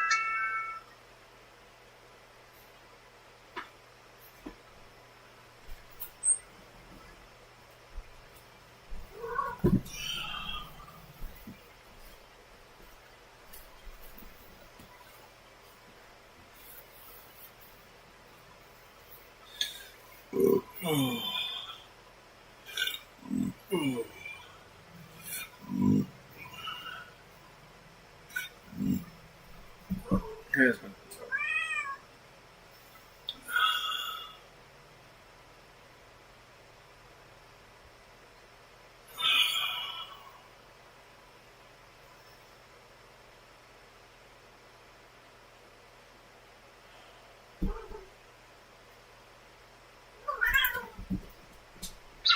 No. I like that one.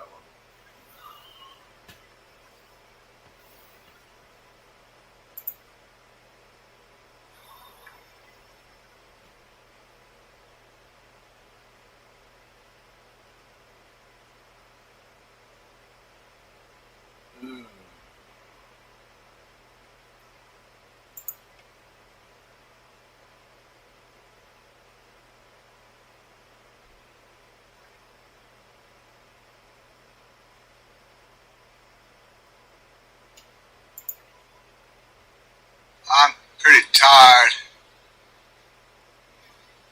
Think I'll go home now. Mm-hmm.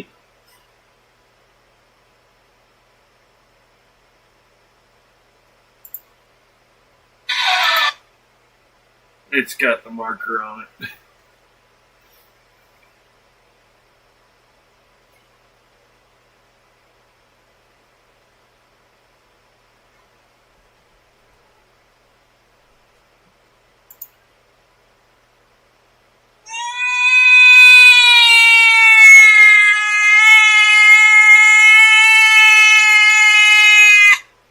Let's do that one for Dublin, and yeah, it caught her. She heard me say that and gives me this gnarly ass look of really.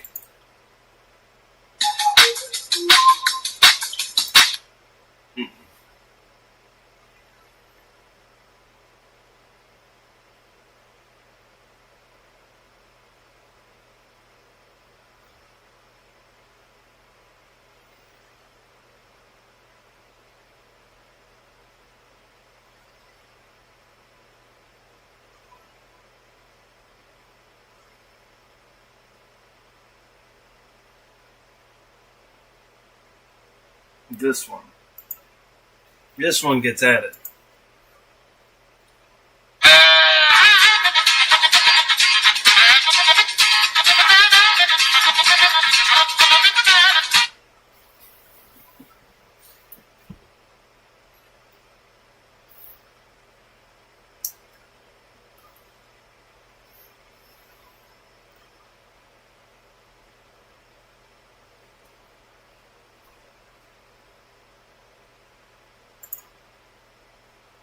I have seen some shit. I kid you not, I have seen some shit.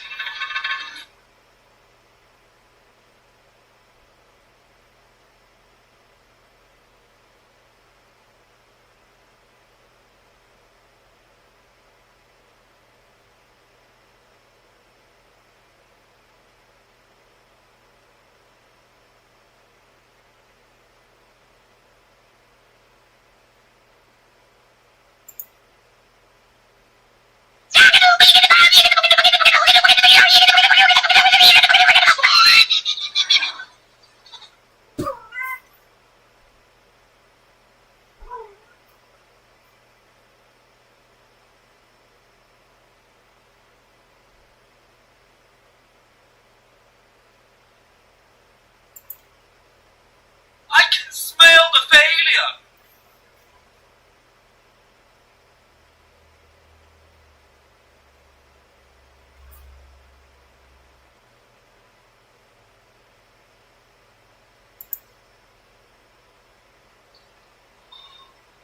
Oh no! Oh no!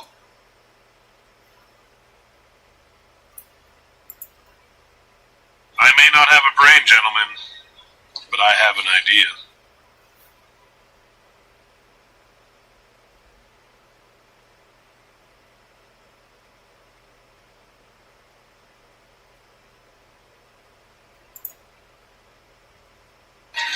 Almost lost my cool there.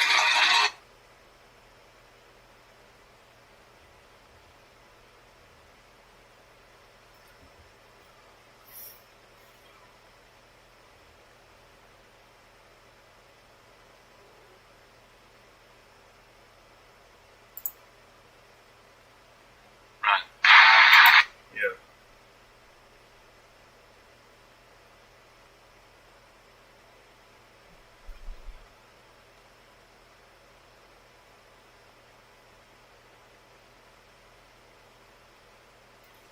If the Gambit in the Wolverine Deadpool movie is anything like the picture I'm seeing here, I am horribly insulted.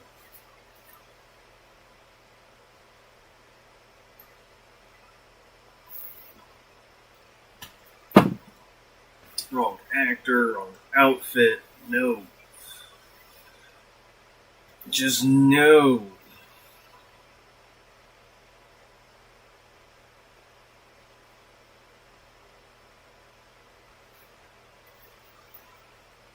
So it was Has-Been Hotel. What else? What was the other one? Can't remember.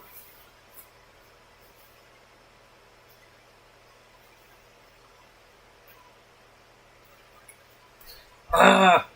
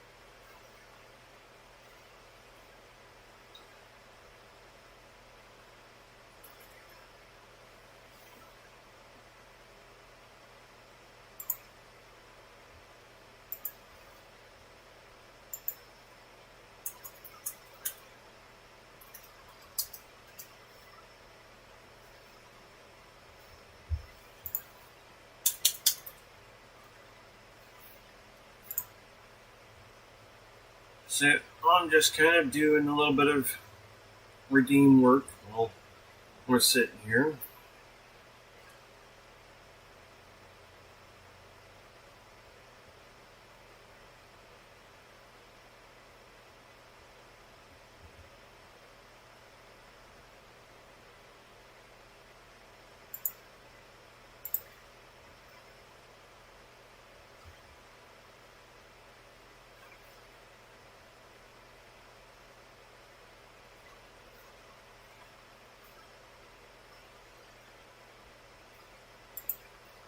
I like that one.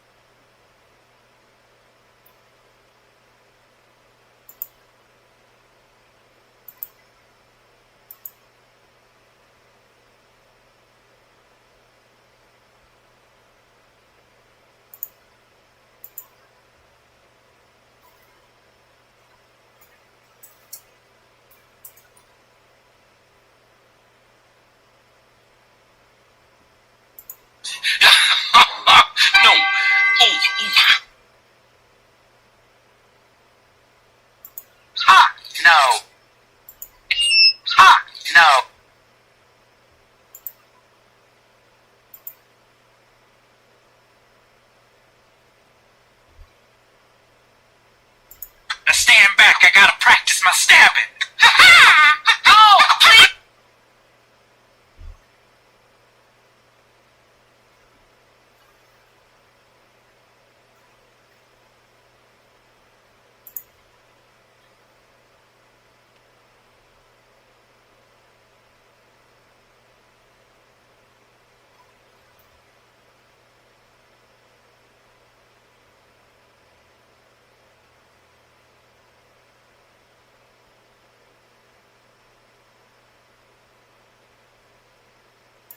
You're a loony.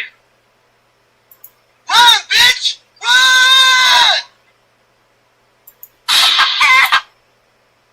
What are you, high? You're all a bunch of stupid, small-minded, mouth-breathing, superstitious ding-dongs.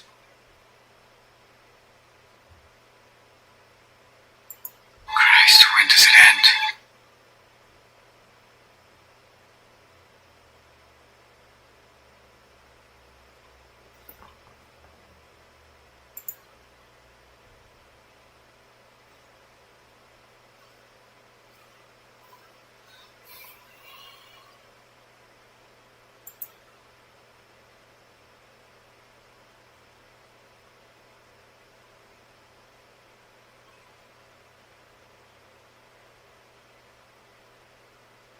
Or upload a file.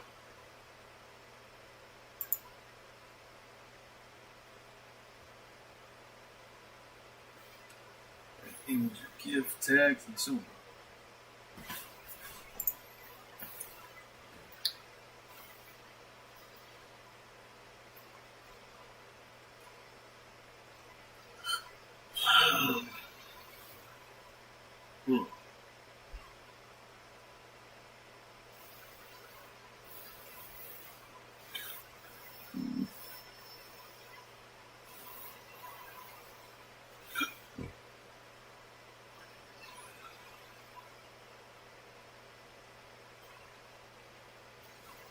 Well, I guess I need to start recording some sound clips. I'm going to make. Oh, Dean's using my voice. Which is going to be kind of weird for me to hear.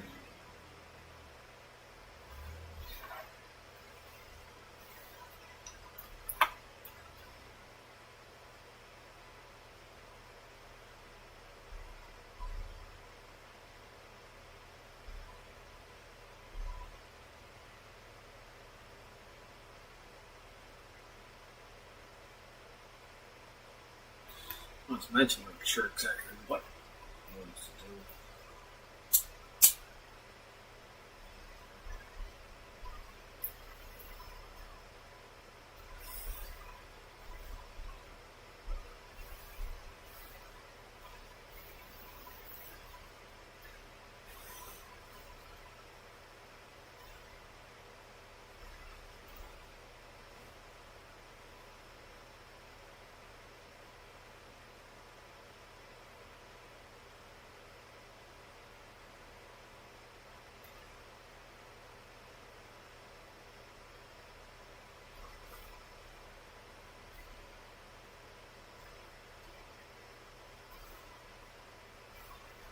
Oh.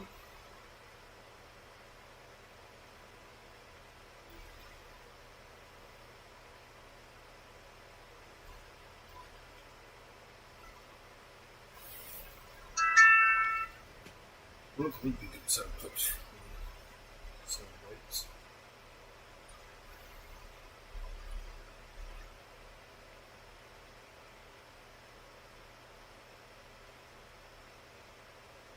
Fish Shop Bartender Booth Radio.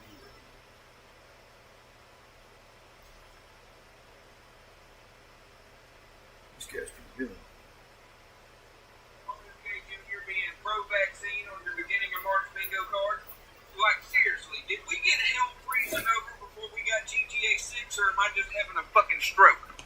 I mean, I get it. Grifter gon' grift, and you gotta do what you gotta do to get the votes, but good goddamn, folks, these fuckers changed their stance on subjects so much their own fan bases don't know if they need to be on offense or defense. That said, it has been incredibly funny watching these MAGA crybabies come apart in these comment sections across social media talking about, you turned your back on us, how could you sell your soul to Big Pharma? MAGA, is it starting to make sense yet? These folks will say whatever they need to say to keep you so spun up you can't find your way back to common sense. Oh, who am I kidding? These same folks that have been screaming about heavy metal for the last 20 years are going to come out tomorrow and say this is what they have been saying the whole time and that it only makes sense to get vaccinated. Anyways, that's it for me tonight. Y'all have you a wonderful motherfucking evening. Keep the motherfucking boots out of your motherfucking mouth. And remember that the golden rule will always remain, yeehaw, fuck the law. I love y'all. I'll see you down the line. Alright, which one of you some bitches had RF? And that's pissed off bartender. I told him to be careful.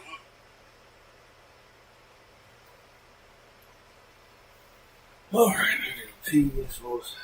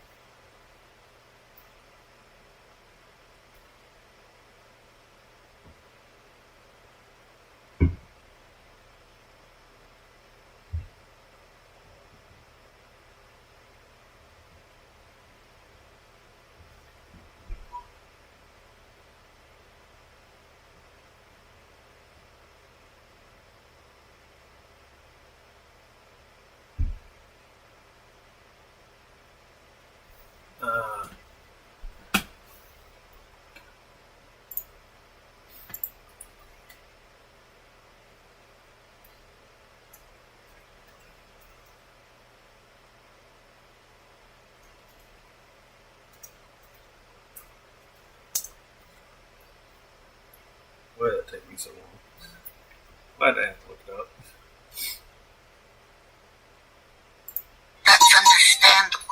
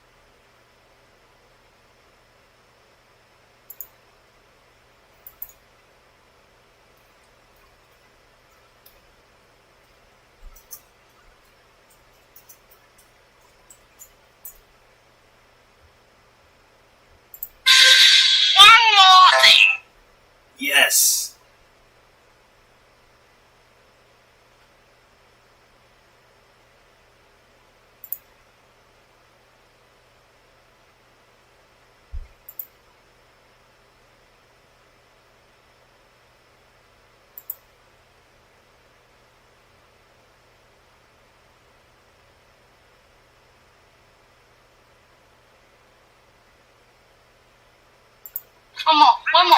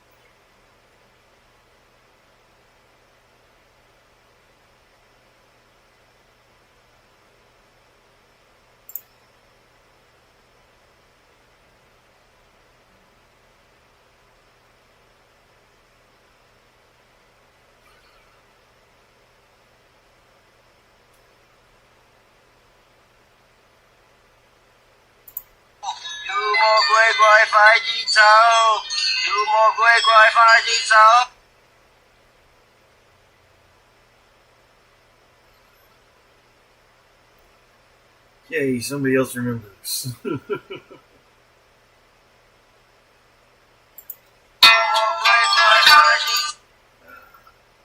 They're not good recordings, though.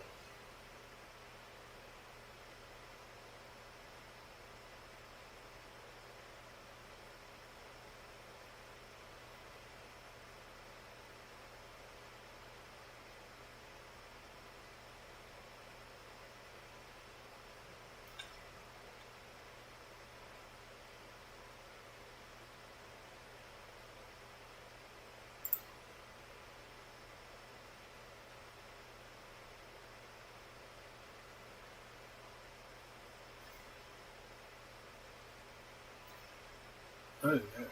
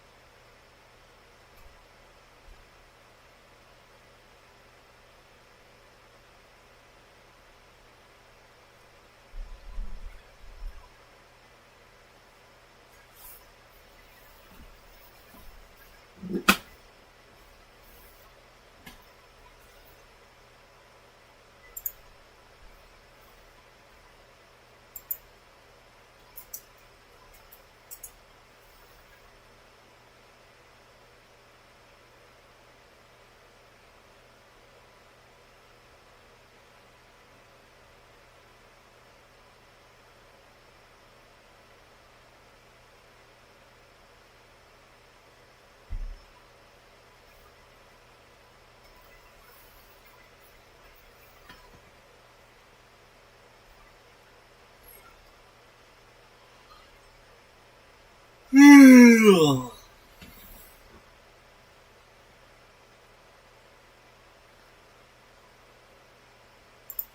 I cast motion.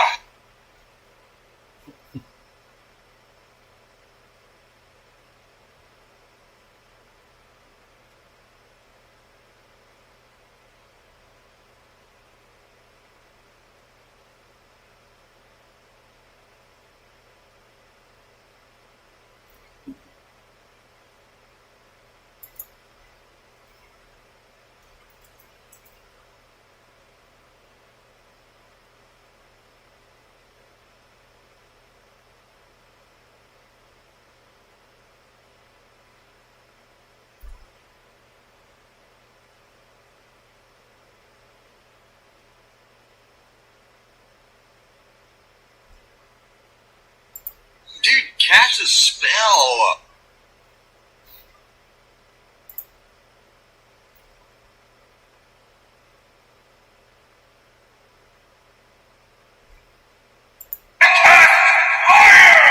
You cast iron what? Oh yeah, I cast rubber. Ah, you dick! I needed the.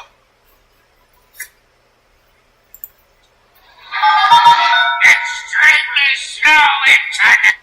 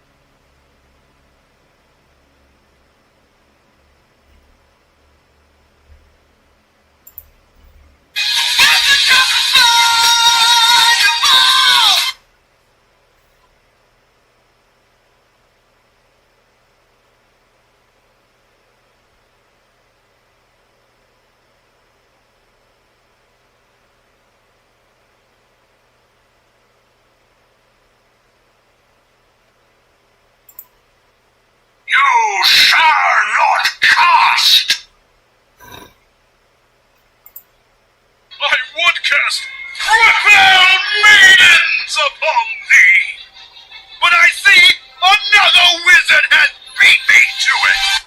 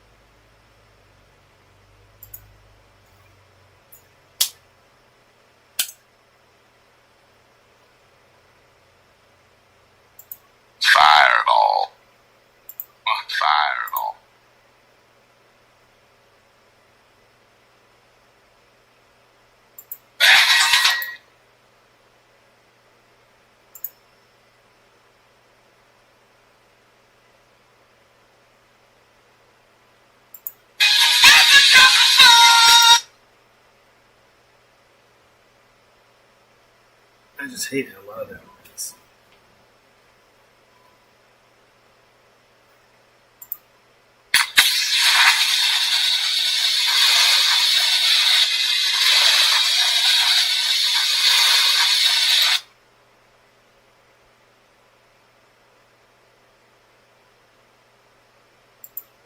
It's wizard time, motherfucker! Fireball!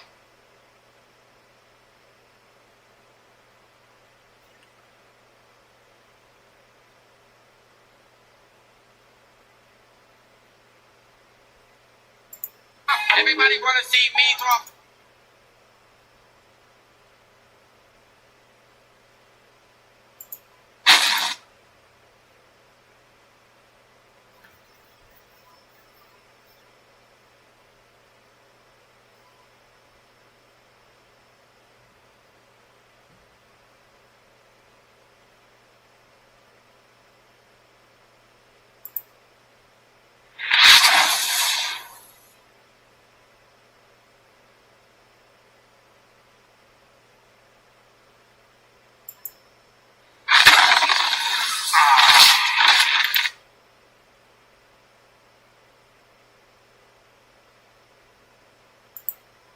Catch fireball.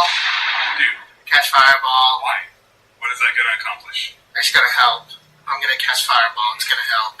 I guess he does. Fireball solves every situation.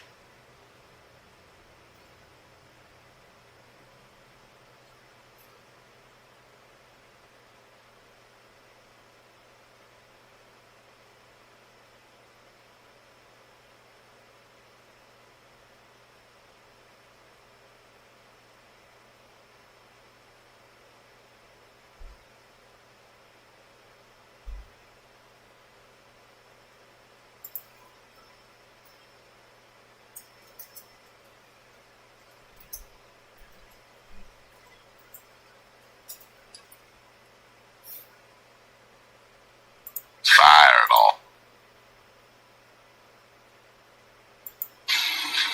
This dragon keeps fireballing my...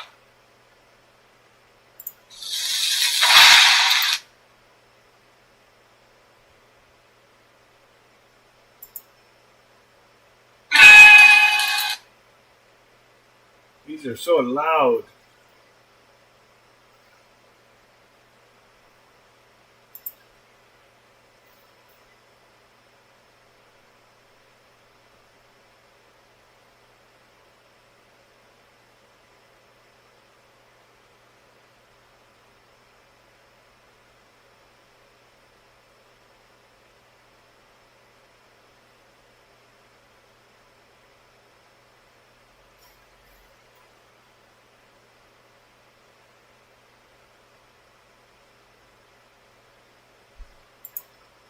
So we getting fireball or what?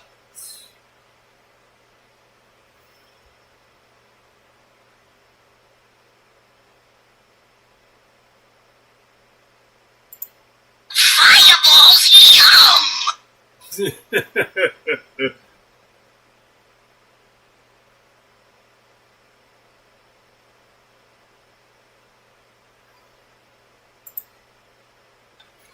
So it'll have to be that one.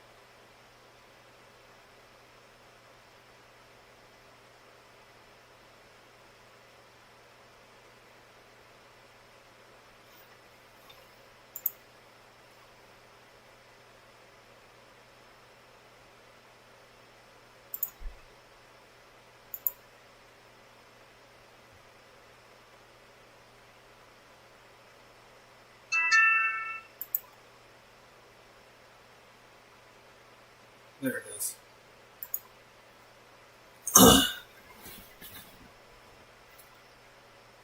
You should be wanting to change the volume at which it plays. Well, you guys have that option.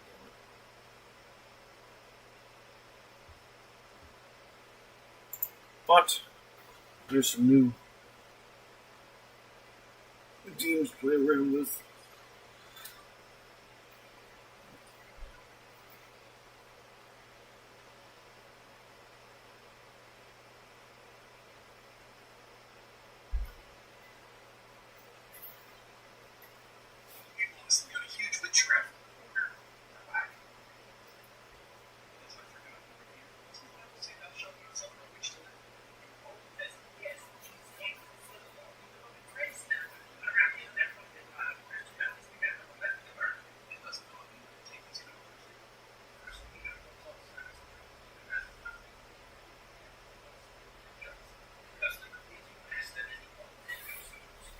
Just to be clear, you're fine with us taking witchcraft orders. Just as the Jews investigated across the dimension of Gentiles and Christians of Canadian not across the dimension of business. Stating your justification of your words, thou shalt not cast that words over something. Now we will not look at this in context and in full, that is, thou shalt not cast thy pearls before the sword unless they trample on the feet and turn and rend your knees. Don't preach ways of each king.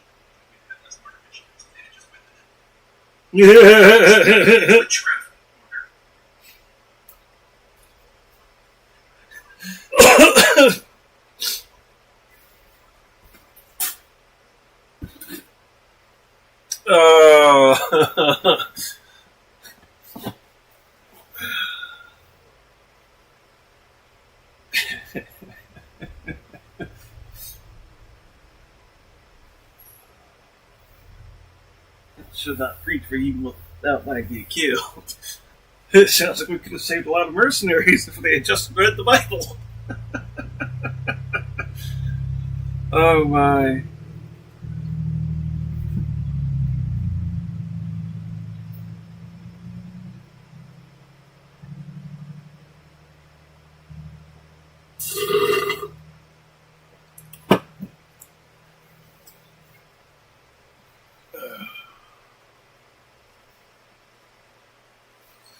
Well, I guess it's time to stop this and switch over. Don't know exactly what I'm doing yet, except trying to stay warm.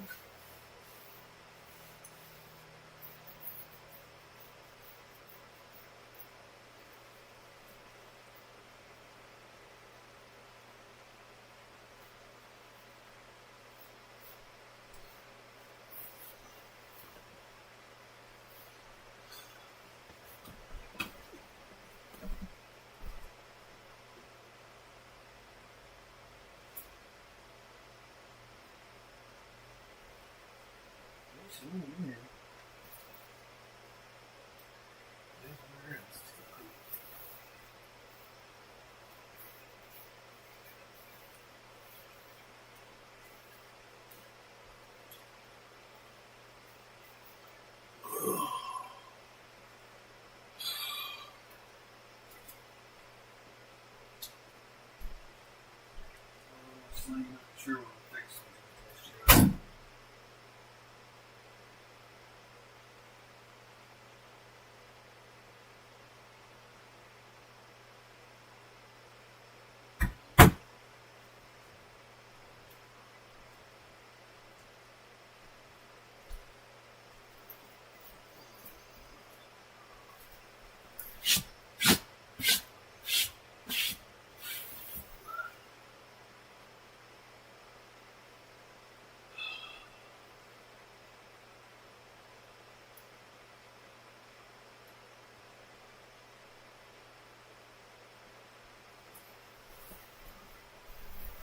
I always turn the Cult of the Lamb stuff on and play that.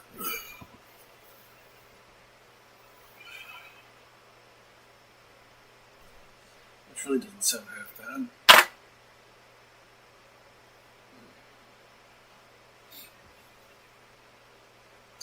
Depends. Science, are you working? No, you said you had work today.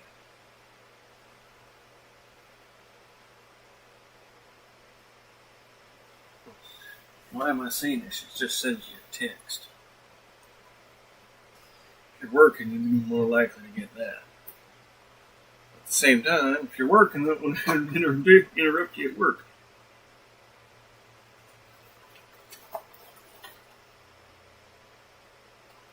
A few of you watch me at work. To those of you, thank you. Don't get yourself in trouble. If you're not going to get in trouble, I ain't got no issues. I'm not going to tell somebody who's watching me at work, no, you can't watch because you're supposed to be working. That would be completely and utterly misunderstanding the fact of how a job works. So, I prefer not.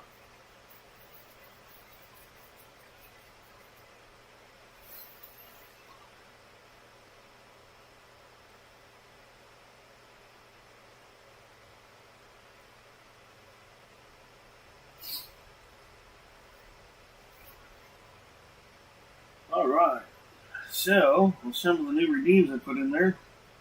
It should be a little bit easier to catch me off guard.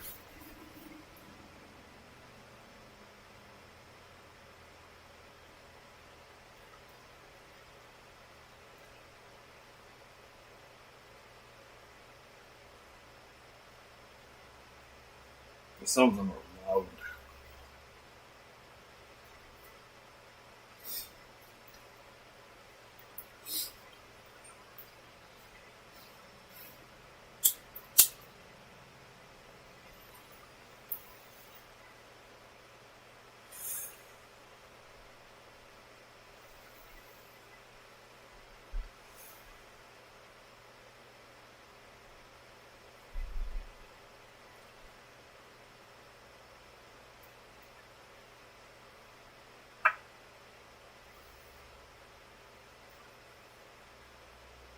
Alright. I'll be back in a little bit. Figure out what I'm doing. Tell them so much.